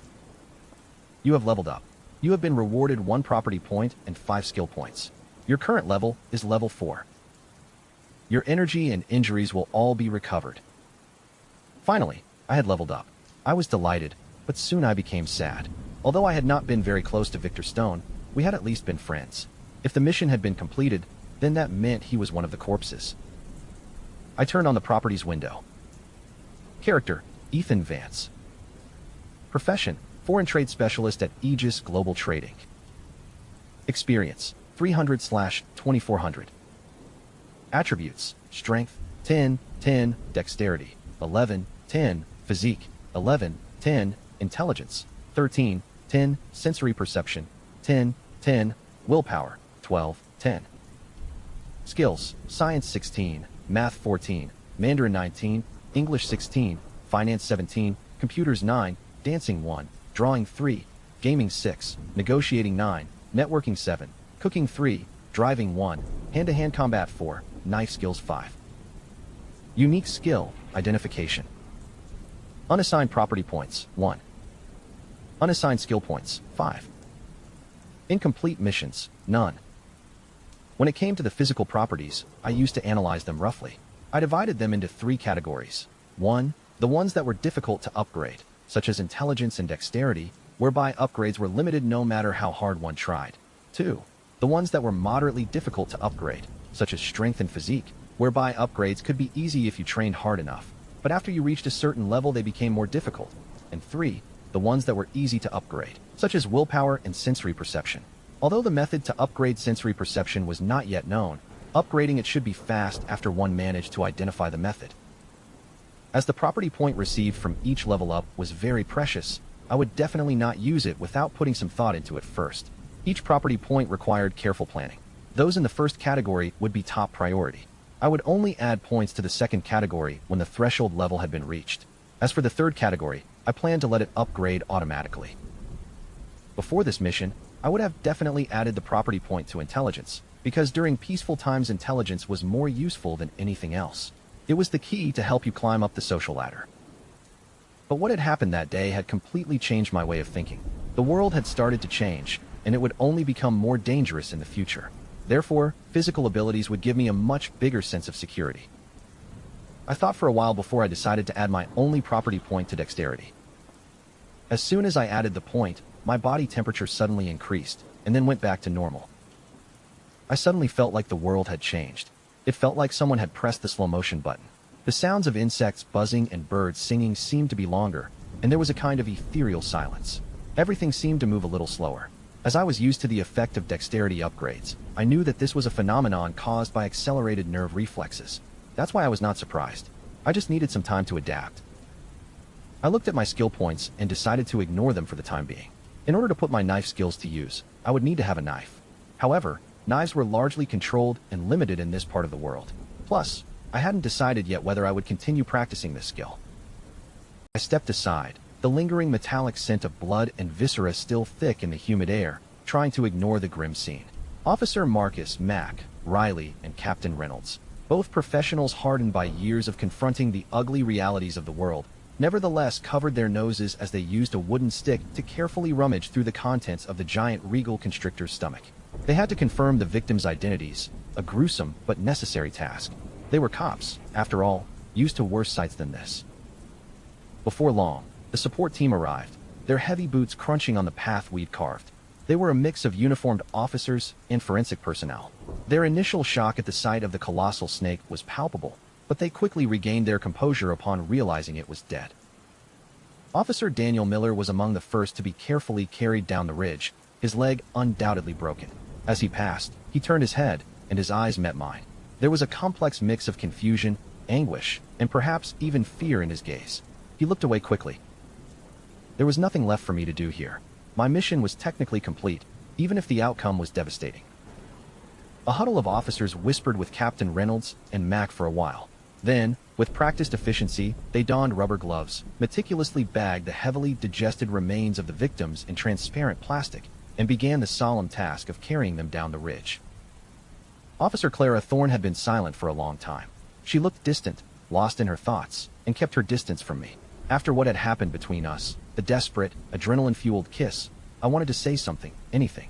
But seeing the absent look in her eyes, the way she seemed to shrink into herself, I quickly gave up. There was no space for that conversation right now. The journey back was eerily smooth, devoid of any further dangers. It was as if Blackwood Ridge had exhaled its last breath of malice with the snake's demise. When we finally reached the Oakhaven precinct, the contrast was jarring. The sterile, fluorescent-lit halls felt alien after the wild, overgrown darkness. I got out of the patrol car and quickly changed back into my own, sweat-stained white shirt and trousers. I exchanged phone numbers with Captain Reynolds, asking him to contact me as soon as the identities were officially confirmed, then hailed a taxi. As the taxi rolled into Riverbend City, I glanced at the time. Not even 3 p.m. yet. The day had packed a lifetime of events into a few short hours. I had the driver pull over near the Grand Union Bank and stepped out, the hum of city life a stark counterpoint to the silence of the ridge. I hadn't been working for Aegis Global Trade Incorporated for even a year, and my salary was just enough to cover my basic needs. Savings were minimal, but I did have about $200,000 in my account. It was the payout from selling my parents' house after their accident, money I'd used to cover my university tuition and living expenses, never mind the lack of compensation from the negligent driver. It was a grim inheritance, but it was mine. A large digital sign inside the bank announced a shocking 15% interest rate for fixed deposits. My economics background screamed at the anomaly. Such a high rate had only ever occurred during major economic turmoil, like the crisis in the 90s. It was an alarm bell, ringing loud and clear. I approached the counter. I wanted to withdraw $100,000, but they only allowed a $50,000 withdrawal without a prior appointment. Annoyed, but understanding the bureaucratic logic, I took the cash and used the ATM outside to withdraw another $20,000. It felt surreal, handling such a large amount of cash in the midst of everything. With the heavy bundles of cash, I called a transport company and rented a small truck. I drove straight to a major supermarket, my mind working like a precision machine. Water, instant noodles, canned goods, dried fruits, cereal, medical supplies, extra clothes, cooking oil. I bought everything I could think of, systematically filling the truck until it was completely packed. Back at Willow Creek Residences, I spent the next hour meticulously stocking my storage room. Soon, it was overflowing, and even half of my bedroom was taken up by sacks of bulk groceries. A strange sense of satisfaction settled over me. As the old saying went, one will not panic while there are sufficient food supplies in the house. If the world was truly ending, I could survive for a considerable time with this hoard, especially with that absurd interest rate compounding my remaining funds. I turned on my computer. News sites and online forums were ablaze with reports of rapid plant growth and animal mutations. Some villagers even claimed daily disappearances, igniting widespread panic. Yet, the overall feedback on these posts felt strangely muted. Perhaps people were growing numb, or maybe they simply refused to believe what they hadn't experienced firsthand. If it was the former, I was definitely one of them. After the Regal Constrictor incident, I felt like a different person entirely. My perception of reality fundamentally altered. I shifted my search to military news. Such reports were usually buried deep, unnoticed by the general public, but I found disturbing clues. Military bases across the country seemed to be operating at peak capacity, reporters vaguely citing training exercises and troop transfers. Then, I stumbled upon a news post from Brazil, 10 days old. Brazilian wood exports halted due to unprecedented climate change. A cold dread washed over me. I continued searching for more news from Brazil, but there was nothing. The country seemed to have vanished from the global news cycle, that single 10-day-old article the last trace. The Amazon rainforest, the lung of the earth, was largely located in Brazil. Its tree cover was immense, incomparable to even a place like Blackwood Ridge, which barely stood 200 meters above sea level. The Amazon was a wild, untamed haven for countless species, a forbidden zone for humans due to its inherent dangers. If a relatively small hill like Blackwood Ridge could harbor a giant mutated snake, then what horrors awaited in Brazil? The absence of news from such a vital region could only mean catastrophe. I shuddered, a primal fear clutching my gut. The sound of a key turning in the lock jolted me. I checked the time. Almost 5 p.m. It had to be Sophia. "Ethan, is Victor back?" Sophia's voice was tight with worry from the entryway, even before I opened my apartment door. I opened it. My sister looked even more frayed than she had this morning, her fair skin pale, her charming smile nowhere to be seen. I froze, the words dying in my throat. How could I tell her? The news would shatter her. They were engaged, had bought a house together, already planning renovations for their New Year's wedding. And now I had to tell her that her fiancé, my brother-in-law, was dead, his body mutilated beyond recognition. She would find out soon enough, but maybe, just for a little while, I could postpone the inevitable. I hesitated, the lie tasting like ash in my mouth. He should be home soon. Sophia's face drained of even more color. She mumbled to herself, "What is he up to? Why isn't he returning my calls? This isn't like him." Maybe he stumbled onto something important at work? I offered, a feeble attempt to divert her. Her eyes snapped to mine, a flicker of suspicion. "Do you think he's having an affair?" "No, he's not that kind of man," I said quickly, trying to sound convincing. "Don't overthink it. Besides, doesn't he spend all his salary on you? I'm going out for dinner." I changed the topic, needing to escape. "Oh no, let's just eat together. I'll cook," Sophia said, trying to be polite. She seemed to feel a little better after our conversation, clinging to the sliver of hope I'd offered. "It's all right.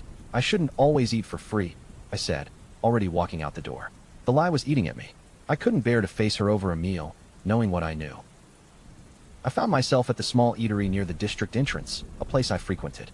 The owner, a kindly old man, greeted me warmly. The day's events had drained me physically and mentally, so I ordered 2 extra dishes, trying to fill the hollow ache in my stomach. Halfway through my meal, my phone buzzed. I pulled it out and saw Captain Reynolds' name. I already knew what this was about. My hand trembled slightly as I answered. Captain Reynolds' deep voice came through the receiver, solemn and grim. "Ethan, please brace yourself. I've got some bad news for you." He paused, a deliberate breath, giving me a moment to steel myself. "We have the results. One of the bodies belongs to your brother-in-law, Victor Stone. I'm sorry." I wasn't surprised.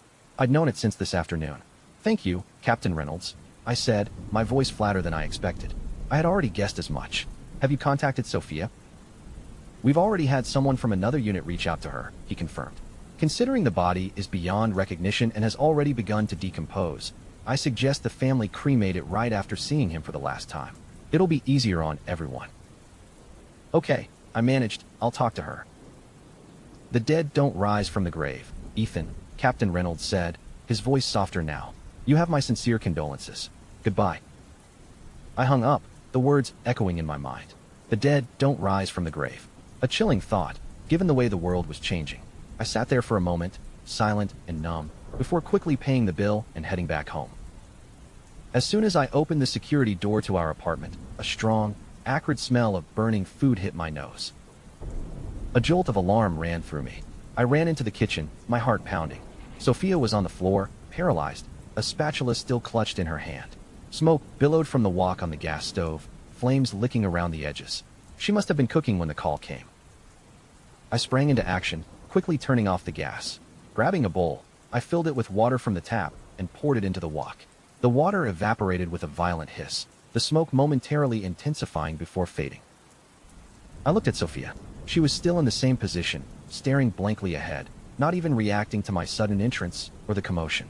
She was utterly consumed by sorrow. "Do you want to die?" I snapped, my voice harsher than I intended, but I knew she needed a shock. "You almost burned the whole damn building down. What happened?" I knew trying to comfort her gently would be useless in this state. Sophia's blank stare slowly focused on me. Then, her eyes welled up, and she suddenly burst into gut-wrenching sobs. She cried in agony, a raw, primal sound that made my own heart throb painfully in my chest. It's all right," I murmured, squatting down beside her, patting her shoulder. "It's good to cry." She leaned into me, clutching my shirt, and cried even harder. "Dead? He's dead," she choked out between sobs. "Victor is dead. He was still alive yesterday morning." And I yelled at him. "It's my fault. It's all my fault."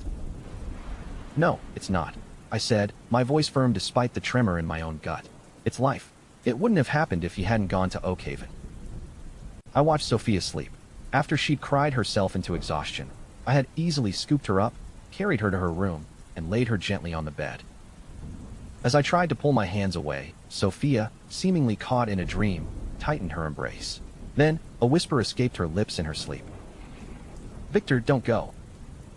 I had no choice but to stop, frozen in place. Gradually, a new sensation began to register, and my gaze involuntarily drifted towards her legs. Sophia was wearing a dress. She'd mentioned feeling hot when she got home, so she'd removed her tights, leaving her fair, plump thighs completely exposed. My hands rested on her thigh. Her skin was incredibly soft, like cotton beneath my touch. While I wasn't the type to exploit someone in a vulnerable state, it was tough for someone my age to suppress the stirrings of arousal. My mouth went dry, the temptation a tangible thing. I cursed under my breath, turning my head away, refusing to look again. Yet, her image stubbornly lingered in my mind. After about 10 minutes, when Sophia was truly deep asleep and her breathing had settled into a steady rhythm, I carefully withdrew my hands and slipped away. It felt a lot like retreating from a battlefield. I took a quick shower, then switched on my computer and navigated to Vexbid. I typed "knife" into the search bar, and immediately a plethora of shops populated the screen. Ever since I'd returned my machete to the Oakhaven precinct, I'd felt strangely exposed. Besides, considering the events on Blackwood Ridge, having a reliable knife at home seemed less like a luxury and more like a necessity. Not to mention, it would allow me to practice my knife skills. Knives, especially longer ones, were heavily regulated products here. However, every law had its loopholes. Trading decorative blades and swords was still permitted. Their only real difference from combat-ready knives was typically the sharpness of their edge.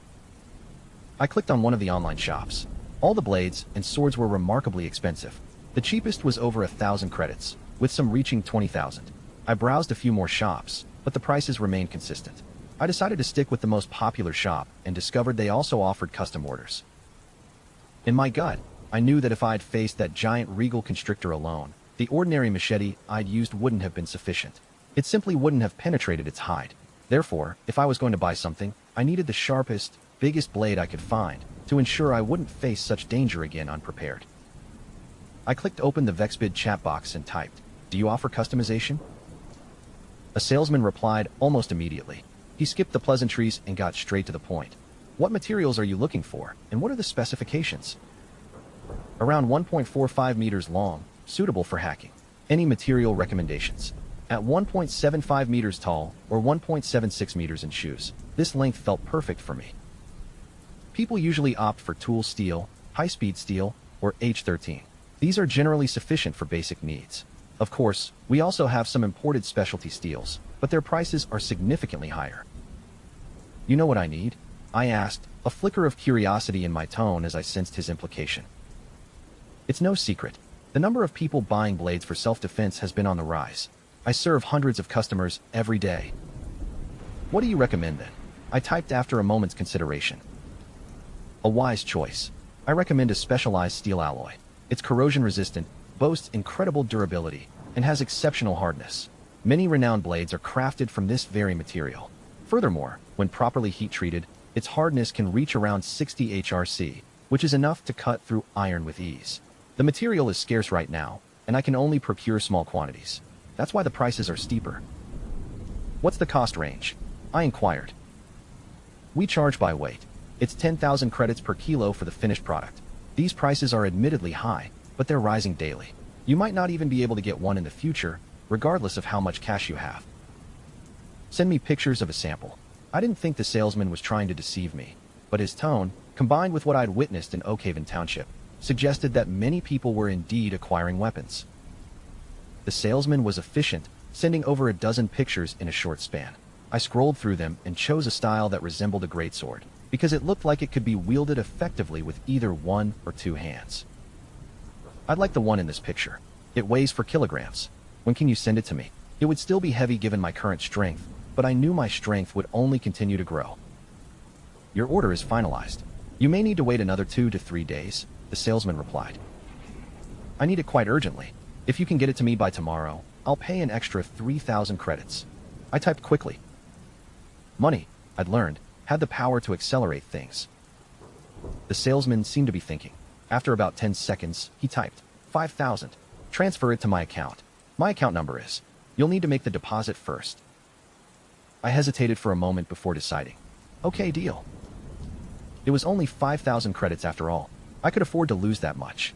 The recent incidents had hammered home the fact that money was no longer as valuable as it used to be. Spending what was necessary to get quality gear felt like a smart investment. The next day, around 9 a.m., I walked into Apex Athletics. I hadn't specifically chosen this gym. It was simply the closest one to my apartment and large enough for my needs. My strength hadn't been upgraded since my second year of university. Although I'd gotten stronger, I still hadn't met the requirements for an upgrade. That was why I decided to try intense strength training, hoping to trigger an automatic strength upgrade. After returning from Blackwood Ridge, I felt an urgent need to upgrade every one of my properties. Excuse me, can I register for a monthly pass? Of course you can. The young woman at the front desk looked timid.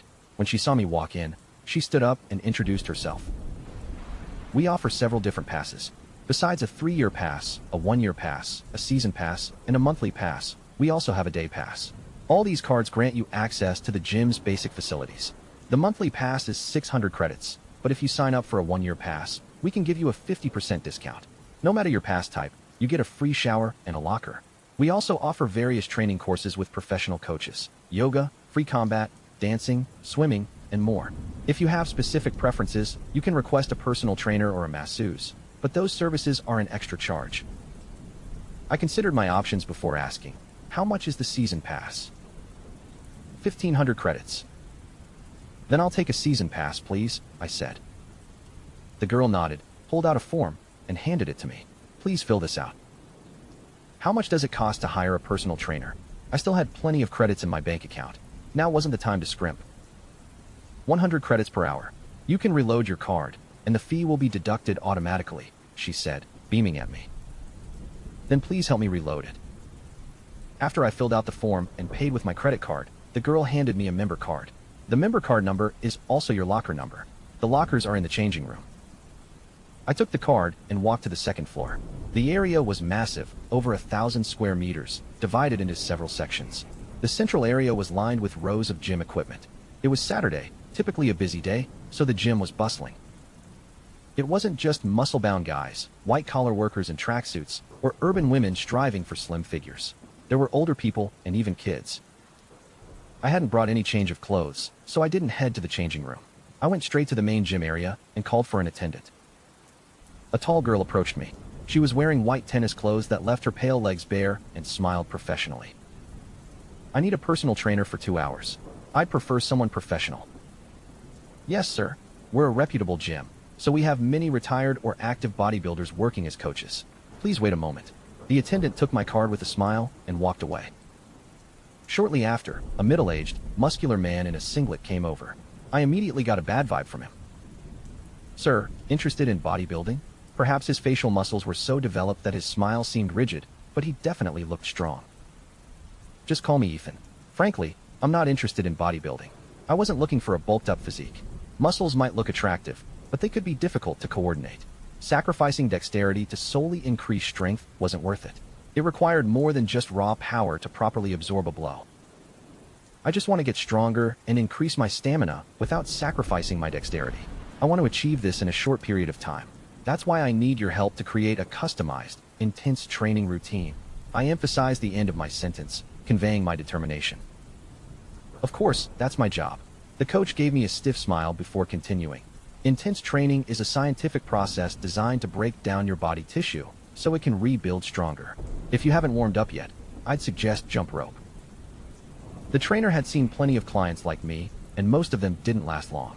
Those who stuck it out for 4 or 5 days were considered dedicated compared to the ones who gave up after a single session.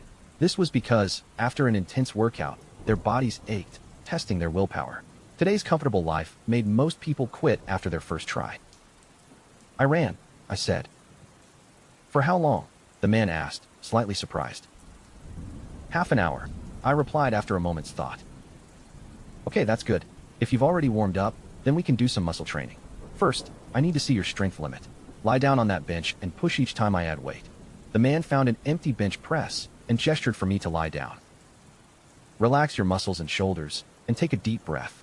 That's right. I've now added 60 kilograms. Try to push it. I didn't need much energy to do it. It's too light. The man added another 5 kilograms to each side, but I still felt nothing. It wasn't until they reached 90 kilograms that I started to feel like I was actually working out. The test showed that my limit was 95 kilograms. The trainer's eyes widened slightly. This young man, who looked barely older than a student, possessed immense strength. The trainer himself could only bench 115 kilograms, and that was using his entire body. I exhaled, satisfied with my own strength. My bench press record had been about 78 kilograms during my second year in university. My strength attribute was currently rated at 10 points by the system. If each added point meant a 50% strength increase, then I would need to be able to bench press about 100 kilograms to upgrade. As it turned out, it was entirely possible to upgrade my strength and reach 11 points in a short period of time. My muscles screamed in protest as I massaged them, a dull ache throbbing through my forearms. Still, it was a good pain. I checked the time on my phone. It was just past noon. I decided to grab some lunch, then take a leisurely stroll back home. Sophia had left early this morning, a somber cloud hanging over her. I hadn't seen her before she went out, but I knew she was making arrangements for Victor's funeral. Since Victor wasn't from Riverbend City and his parents hadn't yet arrived, the burden of handling everything had fallen squarely on Sophia's shoulders. My phone vibrated in my hand. It was Chloe Thompson, one of my colleagues. I answered. "Ethan Vance, get over here now. We're having a barbecue at Emerald Lake Park. Marcus Thorne's treat. Eleanor Vance is here too." Chloe's voice, chirpy and chaotic as ever, sounded in my ear. She was the company's secretary, hired around the same time I was. Her knack for organized chaos somehow made her get along with everyone. "I just finished lunch," I said, a grin touching my lips. "Why didn't you call earlier?" Truth be told, I really didn't feel like going. "No way, you absolutely have to come," Chloe insisted, her tone suddenly serious. "We need someone to pick up the tab when we hit up Echo Chamber Karaoke later."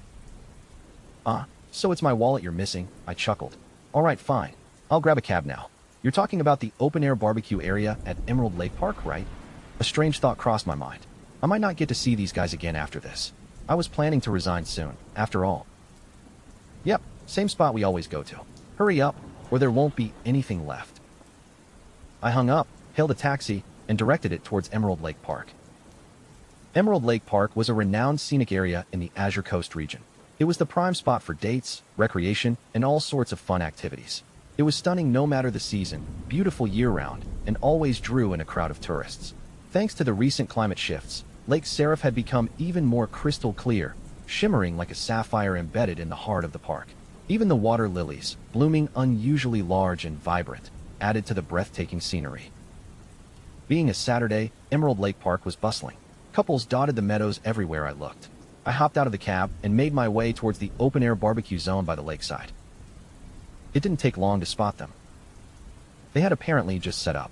Marcus Thorne, from the marketing department, was already expertly brushing oil onto pieces of lamb, chatting idly with Eleanor Vance. Meanwhile, Chloe Thompson was holding an eggplant, sprinkling pepper over it with a flourish. Eleanor, who handled the company's finances, was striking. Fair-skinned, with an elegant, oval face and large, expressive eyes. She was easily one of the most beautiful women in the company, though she had a reputation for being a bit aloof. She got along well with the other women, but maintained a frosty distance from most of the men. I rarely interacted with her, and I found myself wondering how Marcus had managed to convince her to join. "I should have come later," I said, approaching their setup. "This is seriously tempting me." Chloe, with her plump face and high eyebrows that dimpled adorably when she smiled, looked up. Though I'd never asked about her background, her stylish clothes hinted at a comfortable upbringing. Her slightly wrinkled brow straightened as she grinned. "I didn't invite you for your charming personality, you know. I just needed your wallet." The harsh reality of our money-hungry society. I sighed dramatically, grabbing a chicken wing and placing it on the grill. "It's so dark out there. Maybe I'll just eat myself to death." Marcus and I worked in the same marketing department, but despite our familiarity, we weren't particularly close. I gave him and Eleanor polite greetings, exchanged some small talk, and then focused on my chicken. "Why weren't you at work yesterday?" Chloe asked, eyes still on her eggplant. "It's a long story," I said, a weary sigh escaping me as I thought of everything that had transpired. "I almost died." "You're lying," Chloe retorted, raising her eyebrows skeptically. She clearly didn't believe me. We were fairly close, Chloe and I, always having fun together. Seeing her so oblivious to everything that was happening in the world around us, I felt an urge to warn her. "Would you believe me if I told you I met a giant snake yesterday?" You mean in a dream, right? I'm not that stupid, Chloe said sullenly. She knew she wasn't the sharpest tool in the shed, but she hated being made fun of. I opened my mouth, then closed it, speechless. Marcus interrupted. Where did you see it? I spread some more oil on my chicken wing. On Blackwood Ridge, near Oakhaven Township. My housemaid had gone missing, so I went to Blackwood Ridge with some officers from Oakhaven Enforcement Division, and we stumbled upon a giant snake. How big was it? About as thick as a bucket, I stated. Marcus grinned, not looking convinced either. There's been similar news all over the data feeds recently. Apparently, plants and animals have been growing like crazy. But could it be that it was as thick as a human thigh, and not a bucket? You must have been mistaken. After Marcus offered his opinion, he turned to Eleanor. Do you like it spicy? Yes, but not too much, Eleanor replied, her gaze briefly flicking to me. I felt a little crestfallen. Maybe the sheer volume of peculiar information people were exposed to daily just made them disbelieving. Is it true? Chloe asked timidly, her previous skepticism replaced with a hint of fear. Girls usually tended to be afraid of snakes. I patiently explained, why would I lie? The situation might get worse. Look at the plants around here. They're being trimmed constantly. If you go to a more rural area, you wouldn't believe your eyes. I believe you, Eleanor said suddenly, her expression worried. She hesitated a moment before adding, I have an uncle who works for the police. A lot of homeless people have been going missing lately. They're reportedly being eaten by rats coming from the drains. Marcus looked stunned. Rats are eating humans? He asked incredulously. Eleanor didn't answer, seeming reluctant to elaborate further. I wasn't sure how to feel. On one hand, my hypothesis was finally being confirmed. On the other, I dreaded what the future might hold. Suddenly, a terrified scream pierced the air in the distance. A massive commotion erupted. People were crying out and shouting, many of them frantically running in that direction. What's happening? My face darkened as I turned towards Lake Seraph. I saw the lake water churn violently near the shore, a deep crimson hue gushing up to the surface.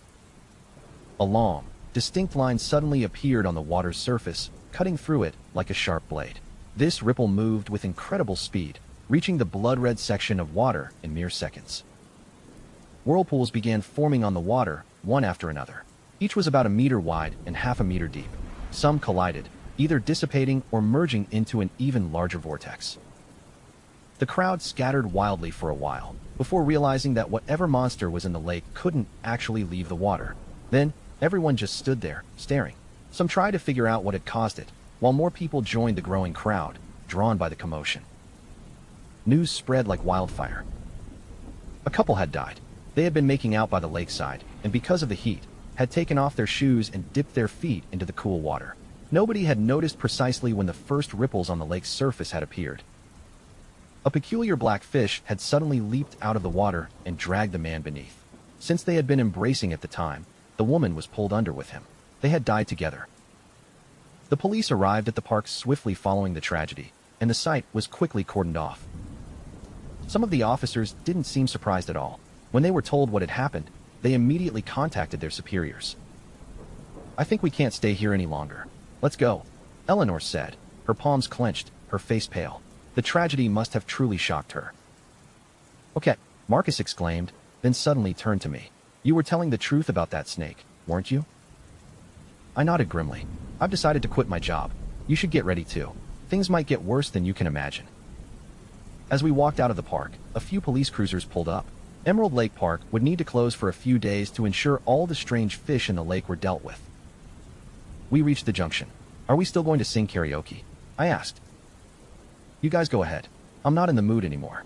I'll just head home, Eleanor said, shaking her head. I'm not going either, Marcus mumbled, his interest clearly gone now that Eleanor wasn't going. You said you're going to quit, Eleanor said, looking at me. Can I have your number?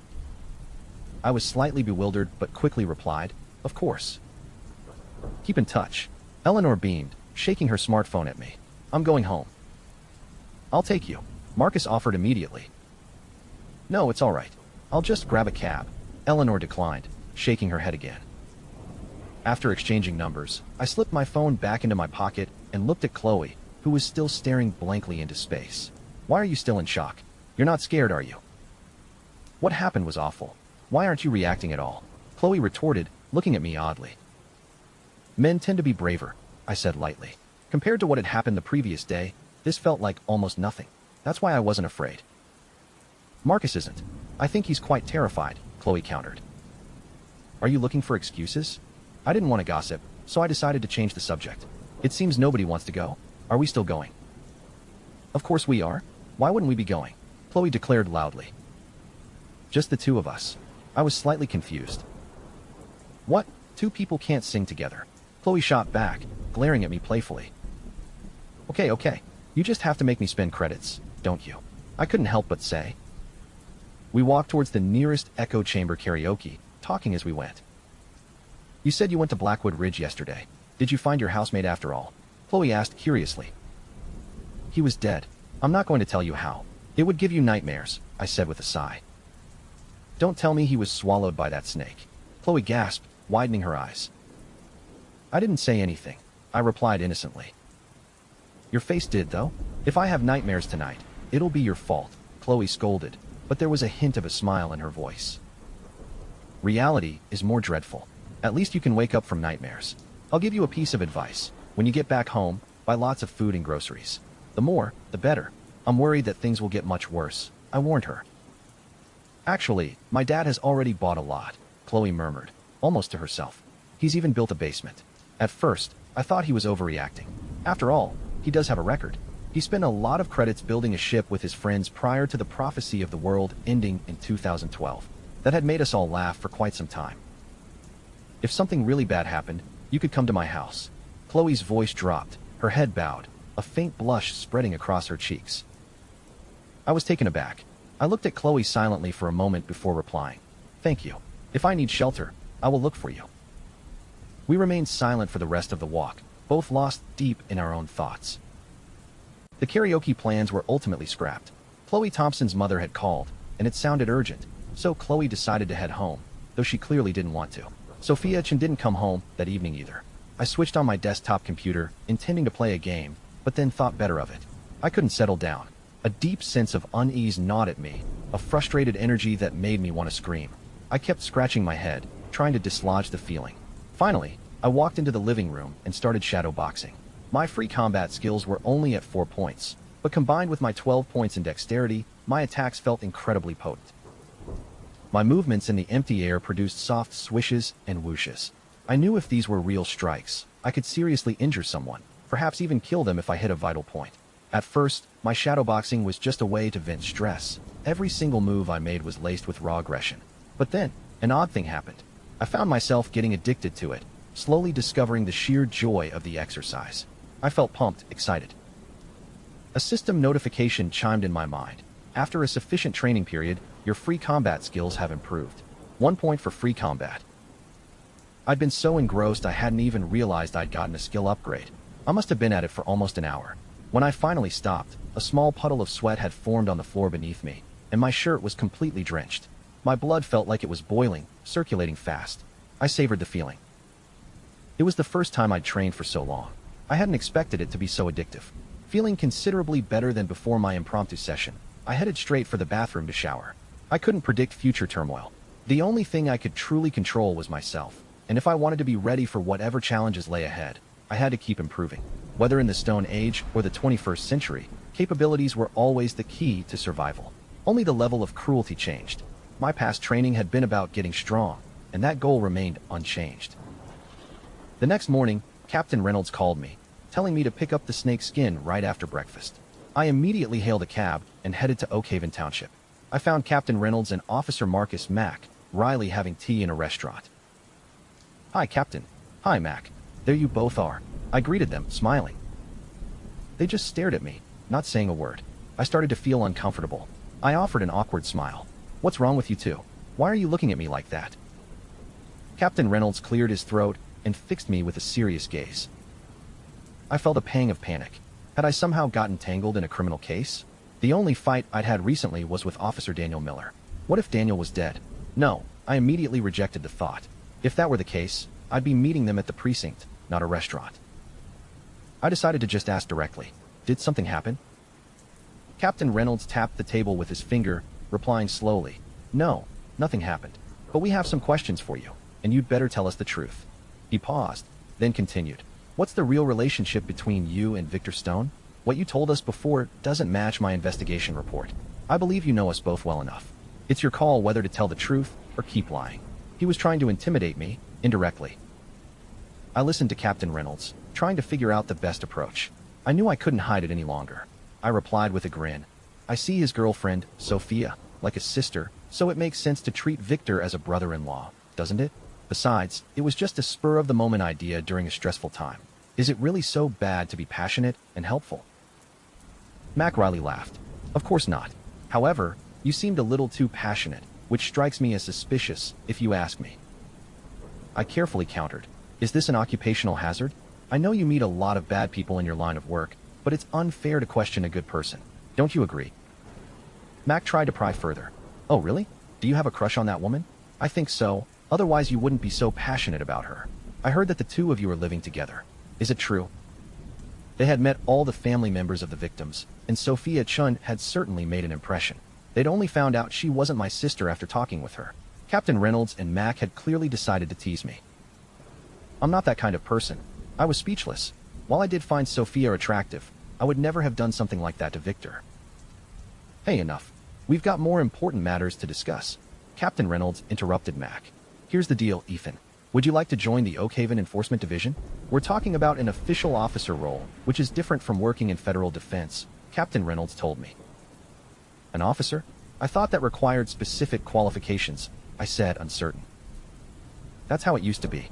However, ever since we reported the snake incident, the regional governor has been paying close attention to this issue, and he issued a memorandum to recruit more police. That's why I wanted to check with you. Captain Reynolds had been impressed by my performance. Most importantly, he admired my character. I had saved his life, and I had also been willing to sacrifice myself for my friend. What's happening? Is the situation getting worse? I didn't agree right away. I was too shocked. I don't want to hide the truth from you. You will find out eventually. We are facing a workforce shortage at almost all levels, but especially in the outlying communities. There are too many criminals, and people just keep going missing. I also heard that the government is going to burn down the forest once they have enough manpower, Captain Reynolds said, looking very serious. In fact, the police force wasn't the only department in need of new recruits. The Metropolitan Defense Force had to do the same thing. All weapons had to be accounted for, and several tons of them had been shipped to the city. This news couldn't be disclosed to the public if they wanted to avoid chaos. I hesitated. I had never wanted to be a cop. Besides, the risk of being a police officer was a lot higher than it used to be. I could get killed at any time. However, it was difficult to predict the future. No place was 100% safe anymore. If the outlying communities had become so dangerous so fast, then the danger would soon spread to Riverbend City as well. I need to think about it, I told Captain Reynolds after some consideration. All right, I understand, Captain Reynolds agreed, nodding his head. Since the day we'd come back from Blackwood Ridge, several police officers had taken medical leave, and 2 had handed in their resignations. Officer Daniel Miller had been one of those 2. Oh, here you go. Captain Reynolds seemed to remember something. He passed a parcel to me with a smile. Your eyes were very sharp. I was so sad to go back to the office and find this. All the regal constrictor skin has been used to make bulletproof jackets. There are 8 pieces in total, and Chief Inspector Davies treasures them all. I've been asking to have them for quite a long time, but he only gave me 1, Captain Reynolds told me. It's made of 4 layers of snakeskin, and it's stronger and lighter than any normal bulletproof jacket. To be honest, I felt like keeping it for myself, he explained sadly. Oh dear, it's done, I said happily as I took the parcel and touched it. It was so light it barely weighed 250 grams. I opened the parcel and held the bulletproof jacket in my hands. It was a vest with a few snake scales attached to the front with superglue. It felt so smooth and shiny when I touched it. It was like a work of art. Its only imperfection was its hard material. However, it was still considered a superior piece compared to the heavy bulletproof jackets made of iron plates. I secretly used my superpower to analyze the vest. Item: snakeskin bulletproof vest. Materials: regal constrictor skin. Rarity: light blue color. Weight: 0.2 kilograms. Protection: 14 to 18. Secondary functions: protection against certain animals, weak. Equipment requirements: none. Comments: this is a good bulletproof vest, perfect for preventing bullet and knife penetration. Since it is made from regal constrictor skin, it could protect you against rats, frogs, and birds. Then again, it could also make them more aggressive. Oh, it's a light blue piece of equipment. I was so happy and excited. Most objects were gray, and very few of them were white. Only pieces of really sophisticated technology and equipment were a light blue, or dark blue color. For example, my mobile phone was blue, while normal phones tended to be light blue. The more advanced the object, the darker its color would be. But when it came to a bulletproof jacket or something similar that had nothing to do with technology, it was very difficult to get such a good rating. What do you think? Not bad, right? Captain Reynolds asked with a smile. Indeed. Thank you so much. Although I still need some time to consider your offer, please don't hesitate to contact me if you need any help, I said, smiling. I felt safer now that I had the vest. Oh, thanks. I wouldn't want to experience that kind of adventure again, though, Mac Riley quickly said. We continued to chat for a while until I got up to leave. On my way home, I saw many harvesters by the roadside. I didn't understand why until I recalled what Captain Reynolds had told me. Apparently, the governors in Oakhaven Township had decided to burn the farmlands and the wild growth in order to prevent disaster. Nobody could predict the effectiveness of those measures, but the aggressiveness of the government was telling. The world, it seemed, was indeed coming to an end. Good evening, my fellow audience. You are now watching the news on National Broadcast Network. The president has urged citizens to remain calm during his speech following the inspection of the Fortress Echo military base. He expressed his hope that citizens will stay united to help stabilize society, and his belief that the government and army will be able to defuse the situation. The president claimed that reinforcements of both the Coalition Defense Force and the American military, as well as improvements in the technology and trading industry, are beneficial to both countries during his meeting with the Vice President of the United States in the coastal territories. The Vice President of the United States stated that the relationship between our nations is vital to the world's development, and that the U.S. is willing to cooperate towards a mutual goal. The Iron Peak Training Ground is currently conducting a series of weapon and bomb training sessions, as well as examining the power of its heavy-lift launching vehicle. In other news, the Aurora Borealis phenomena in the Arctic reach has attracted a lot of people. I was focused on the news, trying to analyze the current state of the globe. The tenants above my apartment were quarreling again. All you do is eat. We are going to die soon if you can't get any food by tomorrow, the female tenant yelled loudly. What am I supposed to do? Everything is out of stock at the supermarket, the wet market, even the wholesale market. I'll try again tomorrow, all right. The male tenant replied with a sigh. All I do is wait. How much longer do we have to wait? We are running out of food soon. I told you so many times to go grocery shopping earlier, but you refused to listen. You told me that you couldn't get your leave approved. And now what? Your company has shut down. Her voice could penetrate the walls. Why didn't you go grocery shopping? Why do you always stay at home? The guy was now raising his voice as well. You think I like staying at home? Who the hell is going to take care of the kids, though? Or am I supposed to bring them along to the supermarket? Are you insane? Do you know how dangerous it is out there? There are crimes happening every day. The sound of glass breaking and children crying reached my ears. All right. I'll get some from my friends tomorrow. Things will be fine sooner or later. There is lots of food reserved in the national granary. The government won't just let us die. He lowered his voice, trying to comfort his wife. You're driving me crazy. Why did I marry you in the first place? We are running out of food and you don't even seem concerned. How are we going to survive the coming days? The wife cried while she kept on shouting. Fine. I'll go to the black market. I'll get food no matter the cost. Are you satisfied now? Just stop shouting. It's beyond embarrassing. Their voices got gradually softer. There had been so many changes during the past 2 weeks. Both the news and the internet had been reporting the same things, causing major panic in the public. No matter how aggressively the government tried to urge citizens to calm down, it was proving ineffective. In fact, things kept getting worse every day. Many resources ran out of stock, especially food, and everything was getting more expensive. As a result, there were crimes happening every day. Robbery, assault, and murder had become a common occurrence. I was not affected because I had been well prepared for this situation. Hey Ethan, let's have dinner, Sophia Chun called, coming out from the kitchen. I switched off the TV and sat down at the table. She had come back 10 days ago. It was sad that she had to go through this ordeal before she could even recover from the pain of losing her fiancé. Sophia Chun looked cautious while she was eating. After a while, she started to speak. I went to the wet market again today, but I still couldn't get anything. I responded, I think it'd be best to just stay at home for a while. Things will get better. I don't think the government would neglect something like this. They will do something to help soon. What about your company? She asked.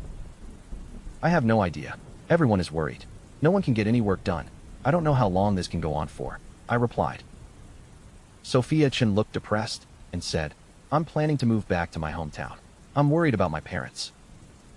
I was not surprised. Sophia Chen had been calling her parents a lot lately and always looked bothered. When are you leaving? I asked. I think the day after tomorrow. My house is located in the Willowbrook Enclave. I've heard that it's very dangerous there, so I need to go back, she told me, expressing her worry. Suddenly, my phone chimed. A system message had been sent. It read, Optional F+ level mission. Make sure Sophia Chun gets back to her hometown safely. Mission fails if she dies. No deadline.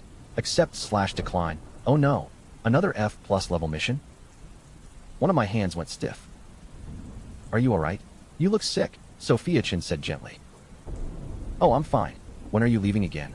I quickly asked her in an effort to distract her. The day after tomorrow. I've booked a train ticket, Sophia Chin repeated. She added, You can keep everything in this house. Don't be a stranger.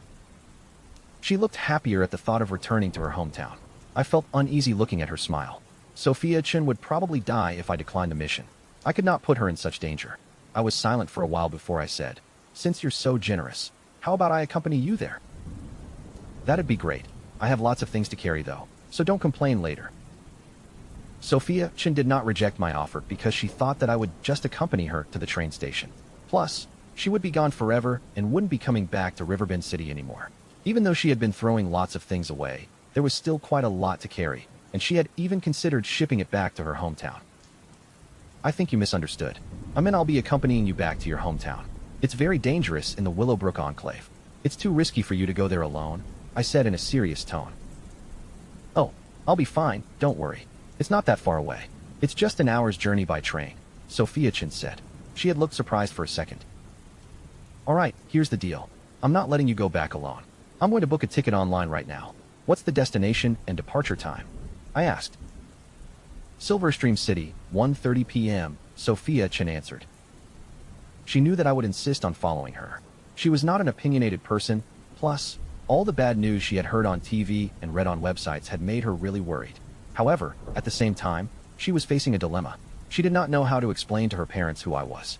She was not sure what people would think of her, considering her fiancé had just passed away. I suddenly asked her, Is it possible to leave tomorrow? Actually, you don't have to come with me. I really don't want to trouble you. I also wanted to go back tomorrow initially, but there weren't any tickets. There are lots of people traveling back to their hometowns as well.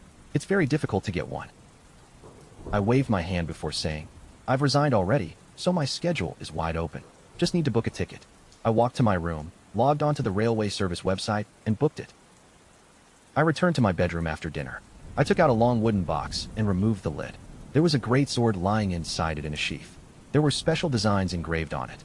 I held the handle while I slowly pulled the sword out from the sheath. Its body was flat, and its blade was very thin. The tip was curved but sharp, which made it look scary. It was strong enough to break through any normal metal with just a single strike. Great sword. Materials, 165 centimeters of alloy. Rarity, light blue. Weight, 4.1 kilograms. Power, 16 to 20. Secondary functions, attacking speed +1. Equipment requirements, strength 11 points. Note, this is a modern greatsword. It can break through most materials, including metal. Historically, this type of greatsword, a formidable weapon with a lineage stretching back centuries, was once known for its ability to cut down a horse as easily as a man on the battlefield. It was a famous weapon, popular among frontline generals and knights. Apparently, the modern version was different from the ancient one, though. The handle of the modern greatsword was shorter and easier to hold using one or both hands, and its body was shorter, reaching an ideal length that added strength to the sword. Although my strength was still below 11 points, even after a period of intensive training, I could still use it well. My only concern was its high energy consumption. I played around with the sword, swinging it in the air a few times. As this type of sword was very heavy, the gravitational force pulled it forward, making it easier for me to handle it. A normal person without any basic skills or knowledge couldn't have pulled this off. It was not a big deal for me, though. I was skilled at using the sword, and my every strike seemed effortless yet impactful in the battlefield. I practiced with the sword in my bedroom, stopping after half an hour. Then I took out a leather cloth and wiped away any unseen dust particles on the sword before sliding it back inside the sheath. Although F+ level missions are always dangerous, my strengths and skills have improved since my last mission. I got a new attribute point, and there are 5 more points which I haven't allocated yet. If I allocate all my attributes on knife skills, I think I'll succeed. I have just the weapon for it. I woke to the insistent blare of an advertising car horn. It was barely dawn, the sun not yet a whisper on the horizon. Attention, dearest citizens. To maintain harmony and stabilize prices, a limited quantity of essential food and water supplies will be available for purchase. The City Council Directorate has established several distribution counters at the Grand Central Market. All citizens are welcome to purchase supplies by presenting their citizen ID. I repeat, supplies are limited. Dearest citizens, the loudspeakers hammered the same message into the pre-dawn quiet until any lingering sleepiness had been thoroughly banished. I pushed myself up, dressed, and opened the door. "What's going on out there?" Sophia asked, emerging from her bedroom in her pajamas, stifling a yawn. "The authorities are finally taking action. We can get some food and water," I replied, a surge of relief cutting through my weariness. I had meticulously stocked my apartment with dried goods, but fresh produce and meat had been impossible to find, always out of stock. Even my hoard wouldn't last forever. This news, despite the obvious implications of scarcity, was genuinely good. No sane person wanted chaos. Only opportunists and madmen thrived on turmoil. "I'm going to check it out," I said. "See what we can get." "Let's go together. Maybe we could get double the amount," Sophia suggested, her eyes brightening. "Sounds like a plan. Go get changed. We should move fast. Don't even worry about brushing your teeth," I urged. "Oh, right." Only then did Sophia seem to realize she was still in her sleepwear. A faint blush dusted her cheeks as she swiftly retreated, closing her door. 10 minutes later, she reappeared, looking refreshed and with a hint of light makeup. As we left the apartment, an unease settled over me, which quickly intensified into shock at the scene unfolding outside. The Willow Creek Residences district was utterly swarming. I'd never imagined so many people lived in this area. It seemed everyone had been drawn out, forming human queues that snaked and tangled, causing an instant traffic jam. Private car owners leaned on their horns, stuck in the immobility, some even abandoning their vehicles in frustration. People carried shopping bags, laundry baskets, even luggage. Most, like me, were empty-handed. But as we reached the main street, the crowd ahead dwarfed what we'd just seen. The streets were choked with humanity, traffic now a solid, unmoving mass. Sophia and I were simply swept along, barely needing to walk as the throng pushed us forward. It was beyond anything I'd experienced firsthand, a phenomenon I'd only ever witnessed on the national broadcast network. "Wow, this is actually happening, huh?" Sophia exclaimed, a strange excitement in her voice as she took in the sheer number of people. "I always thought people in this city were so cold and isolated. I can't believe this. It's just like my mother used to say." I shook my head, not fully grasping her sentiment. "We'll see," I replied, the regret already setting in. If I'd known it would be this many people, I wouldn't have come. I have no idea how long we'll be waiting. "Maybe it's because I'm leaving soon," she murmured, her voice tinged with sadness. "I always thought I'd spend my life here, get married, have kids. And now I'm leaving." Tears welled in her eyes. "Hey, you need to leave those sad thoughts behind," I said, trying to comfort her. "Honestly, the Willowbrook Enclave isn't safe anymore.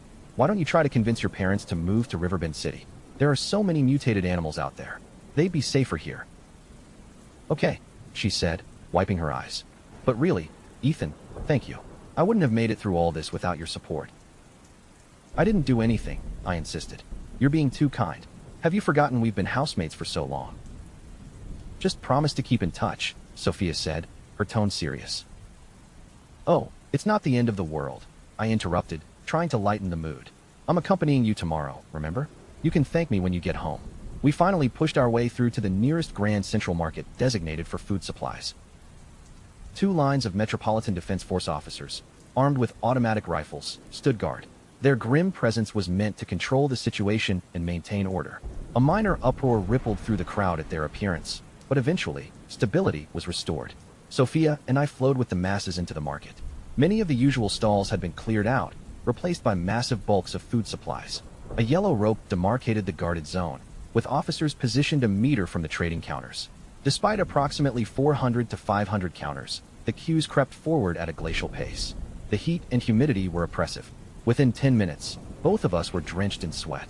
My system-enhanced physique meant I felt relatively fine. Ever since gaining my attributes, I recovered faster and felt stronger. Sophia, however, was clearly struggling, fanning herself with her hand, on the verge of heat stroke before we even neared a counter. "How about we try to squeeze up front?" I suggested. "I don't think that'll work," Sophia replied, looking doubtful. "Let's try. Just hold my hand," I said, not waiting for a response. I grasped her hand and began to push through the dense crowd. My strength, now 1.5 times that of a normal person, made it easier than it should have been. We navigated the narrow gaps, drawing a few grumbles, but we weren't the only ones doing it.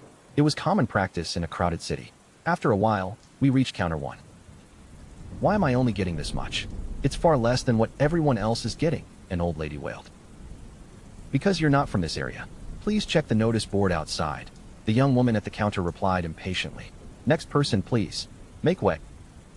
The crowd jostled the old lady aside. "I want everything. Give me the biggest portion," a bald man with a thick gold chain around his neck boomed, fanning a stack of credits. "Each person is limited to a 3-day supply upon presentation of their citizen ID. You can only return after 3 days. Can't you make a special arrangement? I have more than enough credits," the bald man pressed, his tone disrespectful. "I'm sorry, I can't. That's the policy.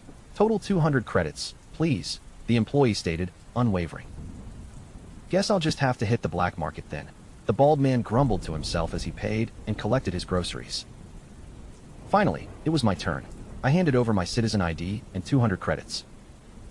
The cashier asked, 3 days, right?" She then began logging my details into her computer while another staff member handed me the pre-packaged groceries. We quickly moved away from the crushing crowd. "God, it was so hot in there," Sophia exclaimed, letting go of my arm and looking back at the bustling market. "Let's see what's inside the bag."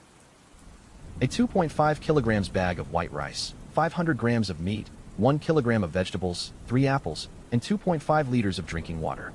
"Oh, plus 3 pieces of chocolate and a small packet of milk and sugar," I recited after checking the contents. Sophia seemed shocked. That was way too much money for these few things. They used to cost maybe 50 credits. The value of money is just plummeting. "This is considered cheap these days," I told her. "What did you expect? At any rate, it's a lot cheaper than the black market." I knew black market prices. Dry food was about 25 credits per 500 grams, and meat fetched 100 credits per 500 grams. So, 200 credits for this government-subsidized package was indeed a steal by comparison. But these are government-supplied. How can they still be so expensive? Are they crazy? Ugh. Thank goodness I'm leaving soon. Otherwise, I don't think I'd survive in this city, she fumed. She used to work at Global Ventures Incorporated, and her salary had been less than 3,000 credits. She wouldn't have lasted even if her company hadn't shut down. "It's true," I agreed with a small smile. In reality, the Willowbrook Enclave didn't seem to be faring much better than the city. Captain Reynolds from the Oakhaven precinct had called me a few days ago, urging me to stock up on emergency food. He hadn't said much, but I'd sensed the gravity of the situation and decided to check for myself. When I arrived in Oakhaven Township, everything had initially appeared calm. The authorities had scorched vast swathes of farmland and clear-cut large trees. However, when I reached a small crossroads, I noticed something disturbing. The new crops in the rice paddies weren't thriving in the unusually warm December temperatures. In fact, weeds grew lusher and taller than the young rice plants, choking them, preventing them from absorbing sunlight. An old farmer told me that these weeds resisted pesticides, and the only way to remove them was by hand. But now, the paddies were infested with too many canopy vipers, and no one dared to venture in. I was stunned by the state of the rural areas. I barely remembered the drive home, only the chilling realization that the world was truly about to change. The next afternoon, Sophia and I were ready to depart. I carried 2 pieces of luggage and called a cab to take us to the train station. "Why are you carrying that wooden box?" Sophia asked, eyeing the elongated wooden case in my hands. "Oh, it's a piece of art," I replied with a smile. It was, in fact, my custom-made dragon's tooth greatsword. "You really don't need to buy anything for my parents," she said helplessly. "They might get the wrong idea." Clearly, she was misinterpreting the box's contents. If I arrived with a gift, she knew her parents would never believe any explanation she offered. "You're the one getting the wrong idea. This isn't a gift. I forgot to buy one. We can get something at the train station," I teased. "Please don't. I'll never hear the end of it," she rushed to stop me. "Going home to see your parents, are we? What about rice? I'm sure your future mother-in-law would love it," the cab driver chimed in, clearly enjoying himself. Sophia's cheeks flushed pink. Actually, we're just friends. That's why she was worried, I explained, seeing her embarrassment. Oh, I see. My wife and I were like that too. Ended up married in the end, the driver chuckled. Anyway, where are you two heading? What's your final destination? Silverstream City. I stated a bit louder than intended, slightly annoyed by his prying. Is there a place called Mount Yushan there? The driver asked suddenly. Yes, Mount Yushan is in the northern region of Silverstream City. It's a famous tourist attraction.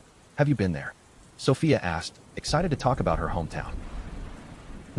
Not personally, but I heard from a friend that a lot of people have died in the village recently.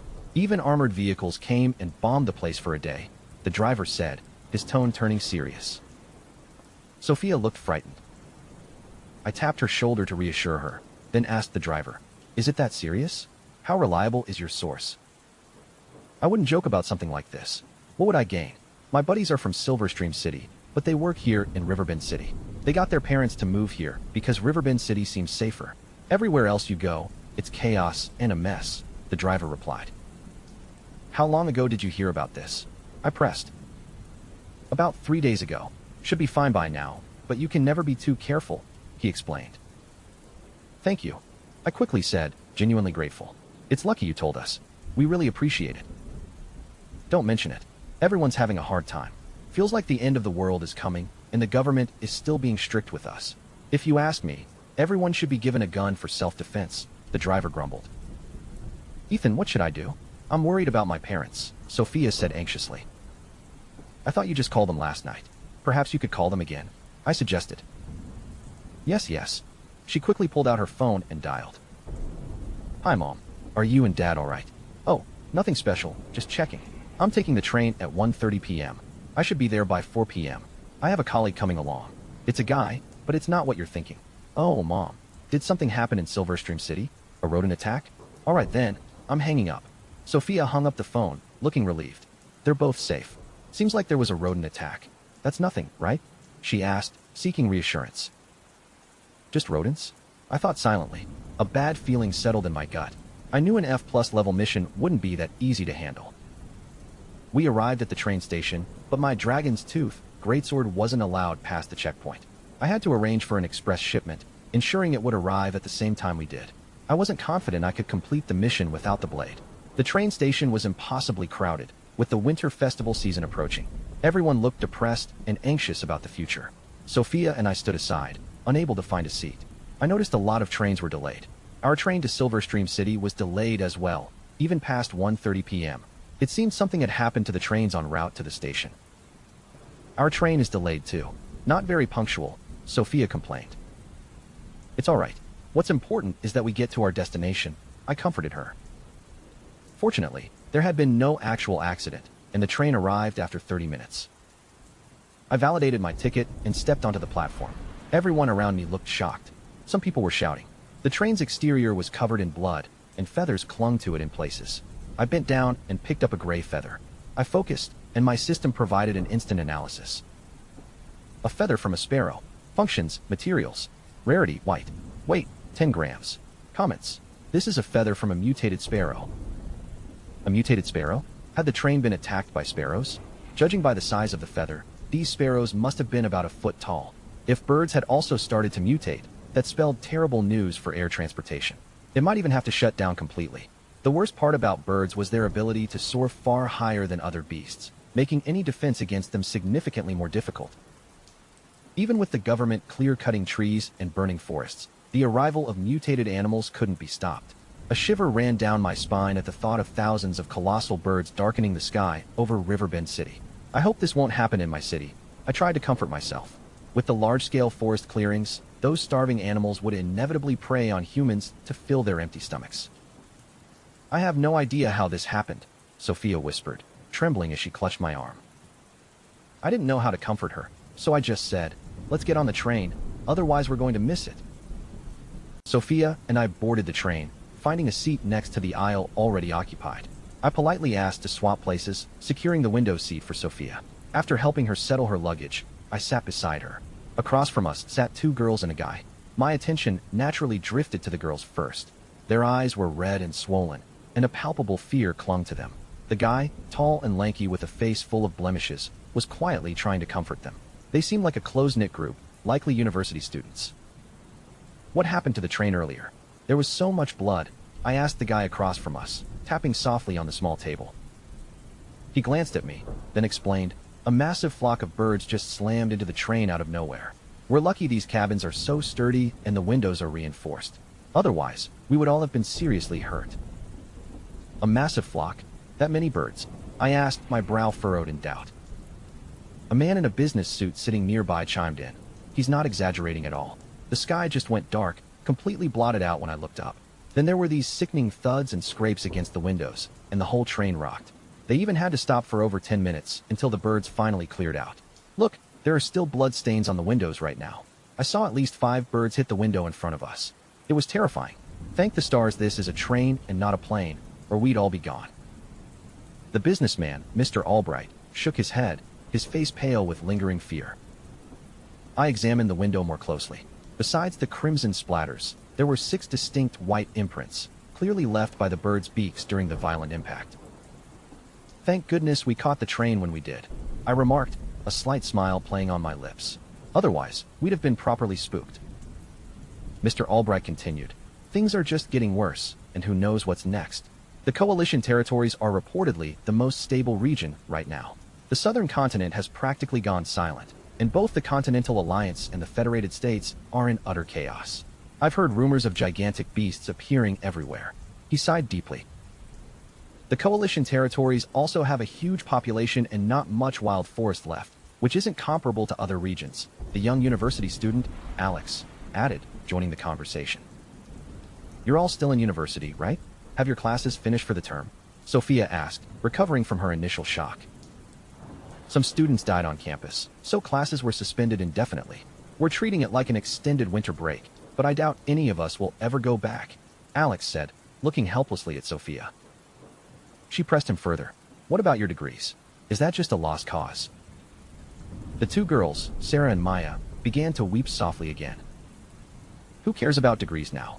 There won't be any jobs to apply for, even if we had them, Alex said, and Sophia was left speechless, her mouth slightly ajar. The train, now moving slowly, gradually picked up speed. All the mountain peaks along the way appeared scorched, yet new plant life was already sprouting, suggesting that new forests might soon rise again. An hour and a half later, we finally pulled into Silverstream City. The train glided onto the tracks, and the doors hissed open as we reached the platform. Sophia and I disembarked with the other passengers. My first stop was the courier service counter to collect my wooden crate. I opened it discreetly, a wave of relief washing over me as I saw the gleaming blade of the dragon's tooth greatsword nestled within. I mentally called up my attribute board and allocated the remaining 5 unspent points to my knife skills. A system prompt chimed in my head, confirming the allocation. I closed my eyes for a moment, feeling an instant surge of energy, a sharpening of my senses. When I opened them again, I felt truly invigorated. Let's go, I declared. All right, Sophia replied, already starting to walk. After a few steps, she paused. What just happened to you? You looked intense. Intense? Are your eyes playing tricks on you? I asked, feigning ignorance. I'm not sure, but it felt weird. Maybe it was just my imagination. Sophia looked at me, doubt clouding her expression. I wondered if something was indeed off about me. I mentally reviewed the changes. Beyond the deeper understanding of blade work, I felt a heightened sensitivity and alertness to the world around me. My mind also seemed easier to focus, snapping to attention with startling clarity. Could upgrading knife skills have psychological effects too? Suddenly, I turned, fixing Sophia with a serious gaze. Did I look like this just now? I asked, projecting a subtle hint of the focused intensity one now felt. Sophia stared into my eyes for a few seconds, then quickly looked away, visibly stressed. She covered her own eyes with a hand and lightly hit my arm, saying, "Don't you dare scare me like that again." All right, I said, a genuine smile spreading across my face. I was delighted. It seemed to be a complementary effect of upgrading my knife skills, and a potent one at that. People would be intimidated by me even before a fight began. How did you do that? Sophia asked, her curiosity piqued. I used to practice martial arts back in university. Perhaps it's just affected my mindset. People often get a little spooked when they look into my eyes. I replied calmly, keeping up the pretense. So you must be really powerful, right? Sophia asked, a hint of awe in her voice. It depends on who the opponent is. Most ordinary people are no match for me. I wasn't trying to be arrogant. Sophia often lacked conviction, and I knew she needed a boost of confidence. This mission was going to be challenging, dangerous, and unpredictable.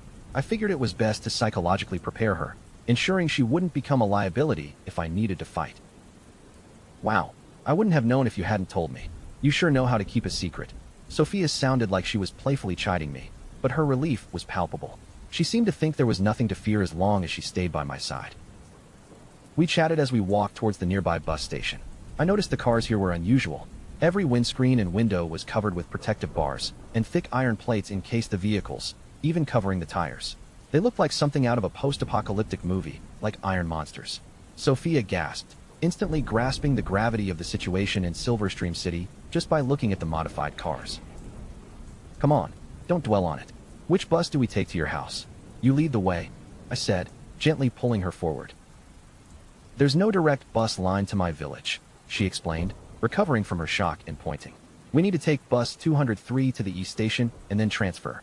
We boarded the bus, found seats, and it departed a short while later. Silverstream City felt desolate. Few people walked the streets, and most shops were shuttered, their doors and protective bars half closed. No one seemed to be cleaning the streets. Garbage littered every corner, and dark red bloodstains marred the asphalt. Clearly, some incident had occurred here recently. Several armed jeeps rumbled past, transporting fully armed soldiers. The distant crackle of gunshots made me uneasy. Some passengers disembarking from our bus saw the scene and blanched, wondering how the city had fallen into such a state. Sophia stared out the window, silent and withdrawn. I gently tapped her hand, and she instinctively grabbed my arm before I could pull it back, holding on tight. Everyone on the bus seemed depressed, an oppressive silence filling the air. Luckily, nothing untoward happened on our way to the East Station. The station itself was deserted. Hardly anyone was around, and a few plastic bags tumbled aimlessly in the wind. The area only livened up slightly when a dozen or so passengers disembarked from our bus. We'll take the bus to Waterside Hamlet from here. It's about 30 minutes to our destination, Sophia said, leading the way. There was only one bus bound for Waterside Hamlet, and it looked significantly worse for wear. Its front was splattered with blood and squashed flesh, and holes riddled its sides, making it a terrifying sight. Does this bus pass by Mount Yushan? I suddenly asked. Sophia looked surprised. Yes, it goes past it, about 3 or 4 kilometers away. I stepped onto the bus, my mind churning with thoughts, as Sophia inserted 4 credits into the fare box. We settled into seats near the back. Only about 8 passengers were on board. The driver, a frustrated-looking man named Greg, kept checking his phone. He eventually stepped outside to make a call. We couldn't hear his words, but he returned a minute later, his eyes red-rimmed. I noticed an axe tucked away in the driver's compartment. After about 5 minutes, 2 girls, Chloe and Emma, boarded and sat in front of us. They exchanged a few quiet words, then fell silent. A moment later, a phone rang. Greg checked his, but didn't answer. He started the engine and drove away from the bus station. The air in the bus felt stifling, so I reached for the window latch. One of the girls in front, Chloe, suddenly shrieked, "Don't open the window." The driver slammed on the brakes, yelling at me in a dialect I didn't understand. Though I couldn't grasp his words, his tone left no doubt that it wasn't a compliment. I quickly apologized and closed the window. Greg continued to grumble for a while before putting the bus in motion again. Confused, I turned to Sophia. What did he say? Sophia bit her lip as she explained. He said not to open the window because it would attract rats. A chill ran down my spine. I quickly looked out the window. In the distance, a mountain shrouded in mist loomed. Its middle was pockmarked with numerous holes, exposing yellowish-gray stone, and in some areas, smoke still plumed. That had to be from explosions. I recalled the rumors of armed trucks entering the city. A sudden shock hit me. Why was Mount Yushan being bombed? Then the pieces clicked into place. Mount Yushan, the rodent attacks, the armed trucks. Mount Yushan must be where the rats were coming from. Ah, someone in the bus shouted. Sophia Chun grabbed my arm tightly. Her fingernails were poking into my skin, but I didn't feel it. I was distracted by the sight of a gray rat the size of a kitten speeding across the road outside the window. It was extremely big compared to normal rats, and it seemed very brave. It didn't leave, it just hid somewhere nearby. Its entire body was gray, and its fur was shiny. It had very sharp teeth and a pair of blood-red eyes. Come on, you bloody animal. Greg sounded mad as he pressed on the accelerator. The bus moved at a fast speed. The rat kept watching it until it had disappeared. Then it jumped across the road and ran towards the field. We were near Mount Yushan when the bus reached a fork in the road and turned into the mountain pass. Most of the trees in the area had been burned. We could even see the bombshells. The most dangerous thing, though, was the small stones and rocks on the road. A bunch of them hit the iron boards of the bus, producing irritating sounds. Despite that, it was an overall smooth journey, which made me feel slightly relieved. The bus drove on for a few minutes, and then took a turn. Greg suddenly pressed on the brakes and stopped the vehicle. Right there, in the middle of the road, was another bus that wasn't moving. Greg looked at it and took out his phone nervously. He dialed a few times, but nobody picked up. In the end, he threw his phone to the ground, checked the area around us, and grabbed the axe. He talked in a local dialect with a few passengers who were sitting up front and then pointed to a button inside the driver's panel. He pushed the door open, got off, and then shut it again. Then he started walking towards the other bus. "What did he say?" I asked. "He said that something must have happened up front and he has to go check. He asked us to open the door for him when he returns," Sophia Chun said anxiously. Everyone was silent. The atmosphere had gotten a lot heavier. "Oh," someone screamed loudly. Everyone saw Greg running back to the bus, followed closely by about 10 rats. He looked extremely panicked and desperate. Apparently, the rats could run a lot faster than him because a big rat had bitten into his thigh in no time. The pain had Greg slumping to the ground along with his axe. More rats rushed towards him and bit into his body with their sharp teeth. He was bleeding and screaming, and he used every last bit of his energy to get up from the ground and pull down the rats one by one in an effort to escape. The smell of blood attracted even more rats, who slowly came closer. Greg was still about 10 meters away from the bus and was trying extremely hard to reach the door. He kept tapping on it, asking for help. "Open the door! Open the door!" The passengers sitting up front looked pale and frightened. A young man got up to open the door, but a woman pulled him away, and he just shut up. There were lots of people in the world who tried to be helpful to show their kindness. Some of them donated money to victims of natural disasters. Others gave up their seats to elders on the bus, and others donated free blood. All those actions were easy because they did not cause them any major injuries. However, when actions of kindness became a threat to one's own welfare, or even their life, people became selfish. "Open the door, please. Please," Greg begged the passengers. He felt disappointed and hopeless when they refused to open the door. Meanwhile, more than 10 rats rushed up to him and bit him. "You son of a bitch. Karma will get you," Greg moaned as he screamed in agony. As more and more mutated rats jumped on him, blood flowed from his entire body like a river. He lay in a big pool of it. He had lost too much energy and left several bloodstains on the side of the bus while he scratched it, seeking help. I clenched my fists tightly. I wanted to open the door for Greg, but I eventually slumped back against my seat helplessly. I knew those rats would come into the bus and bring chaos and death if I opened the door. I might not be able to protect Sophia Chun in that chaos. Even though I was good at fighting, the most I would be able to do was protect myself. I was not a hero. I could only try to protect myself and those I cared about. I turned away from the cruel scene. I didn't want to watch Greg die in such a horrible manner. A few rats climbed up to the iron bars and looked inside the bus with their bloody eyes. It was very quiet inside. The only sound was the heavy breathing of the passengers. More rats were gathering at the base of the mountain, all of them rushing towards the bus I was in. In no time, the entire bus had been covered by hundreds of rats, the whole cabin turning dark as they blocked the sunlight. "Oh my God, they're biting the iron bars," the girl who was sitting in front of me said, screaming and crying simultaneously. Many of the rats had begun to bite the bars, a white powder falling down along with the iron flakes. Sophia Chun was holding me tightly. I could feel her entire body shaking. Suddenly, there was complete chaos, and the whole bus started to shake. Some people tried to call the cops, but nobody seemed to be succeeding. Perhaps the police were too busy to answer. "The iron bars won't last long. Can anyone drive the bus and get us out of here?" an old man with black-framed spectacles asked in a local dialect. After a while, a young man replied, "I only have a grade C license. I have never driven this type of vehicle before." "How long have you been driving?" the old man asked while looking at the rats outside. 2 years. I haven't driven recently though due to the escalating gas prices, the young man replied. "I guess you're our only option. Go ahead and try," the old man said. The young man nodded while his face turned pale. He walked to the front and sat down in the driver's seat.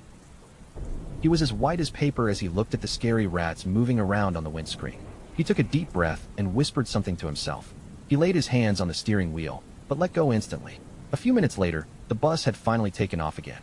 No one uttered a single word because they knew the young man was completely panicked. That was when one of the iron wires broke. Everyone inside the bus started screaming, and the young driver became terrified. He suddenly stepped on the accelerator.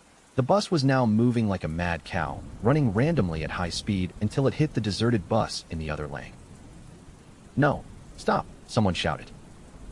My goodness, I was in shock. I quickly pulled Sophia Chun into my arms to shield her. In almost no time, our bus had crashed into the other bus, all its windows breaking in an instant. The scariest thing, though, was that its bars broke too, a big hole forming inside them. The bus shook for a short while before it finally stopped. Sophia Chun was leaning in my arms while she secretly looked at my handsome face. I looked strong and determined, and just being beside me made her feel safe. I released her while I asked, "Are you all right? Did you get hurt?" Sophia Chun returned to reality. She shook her head and replied, "No, I'm fine.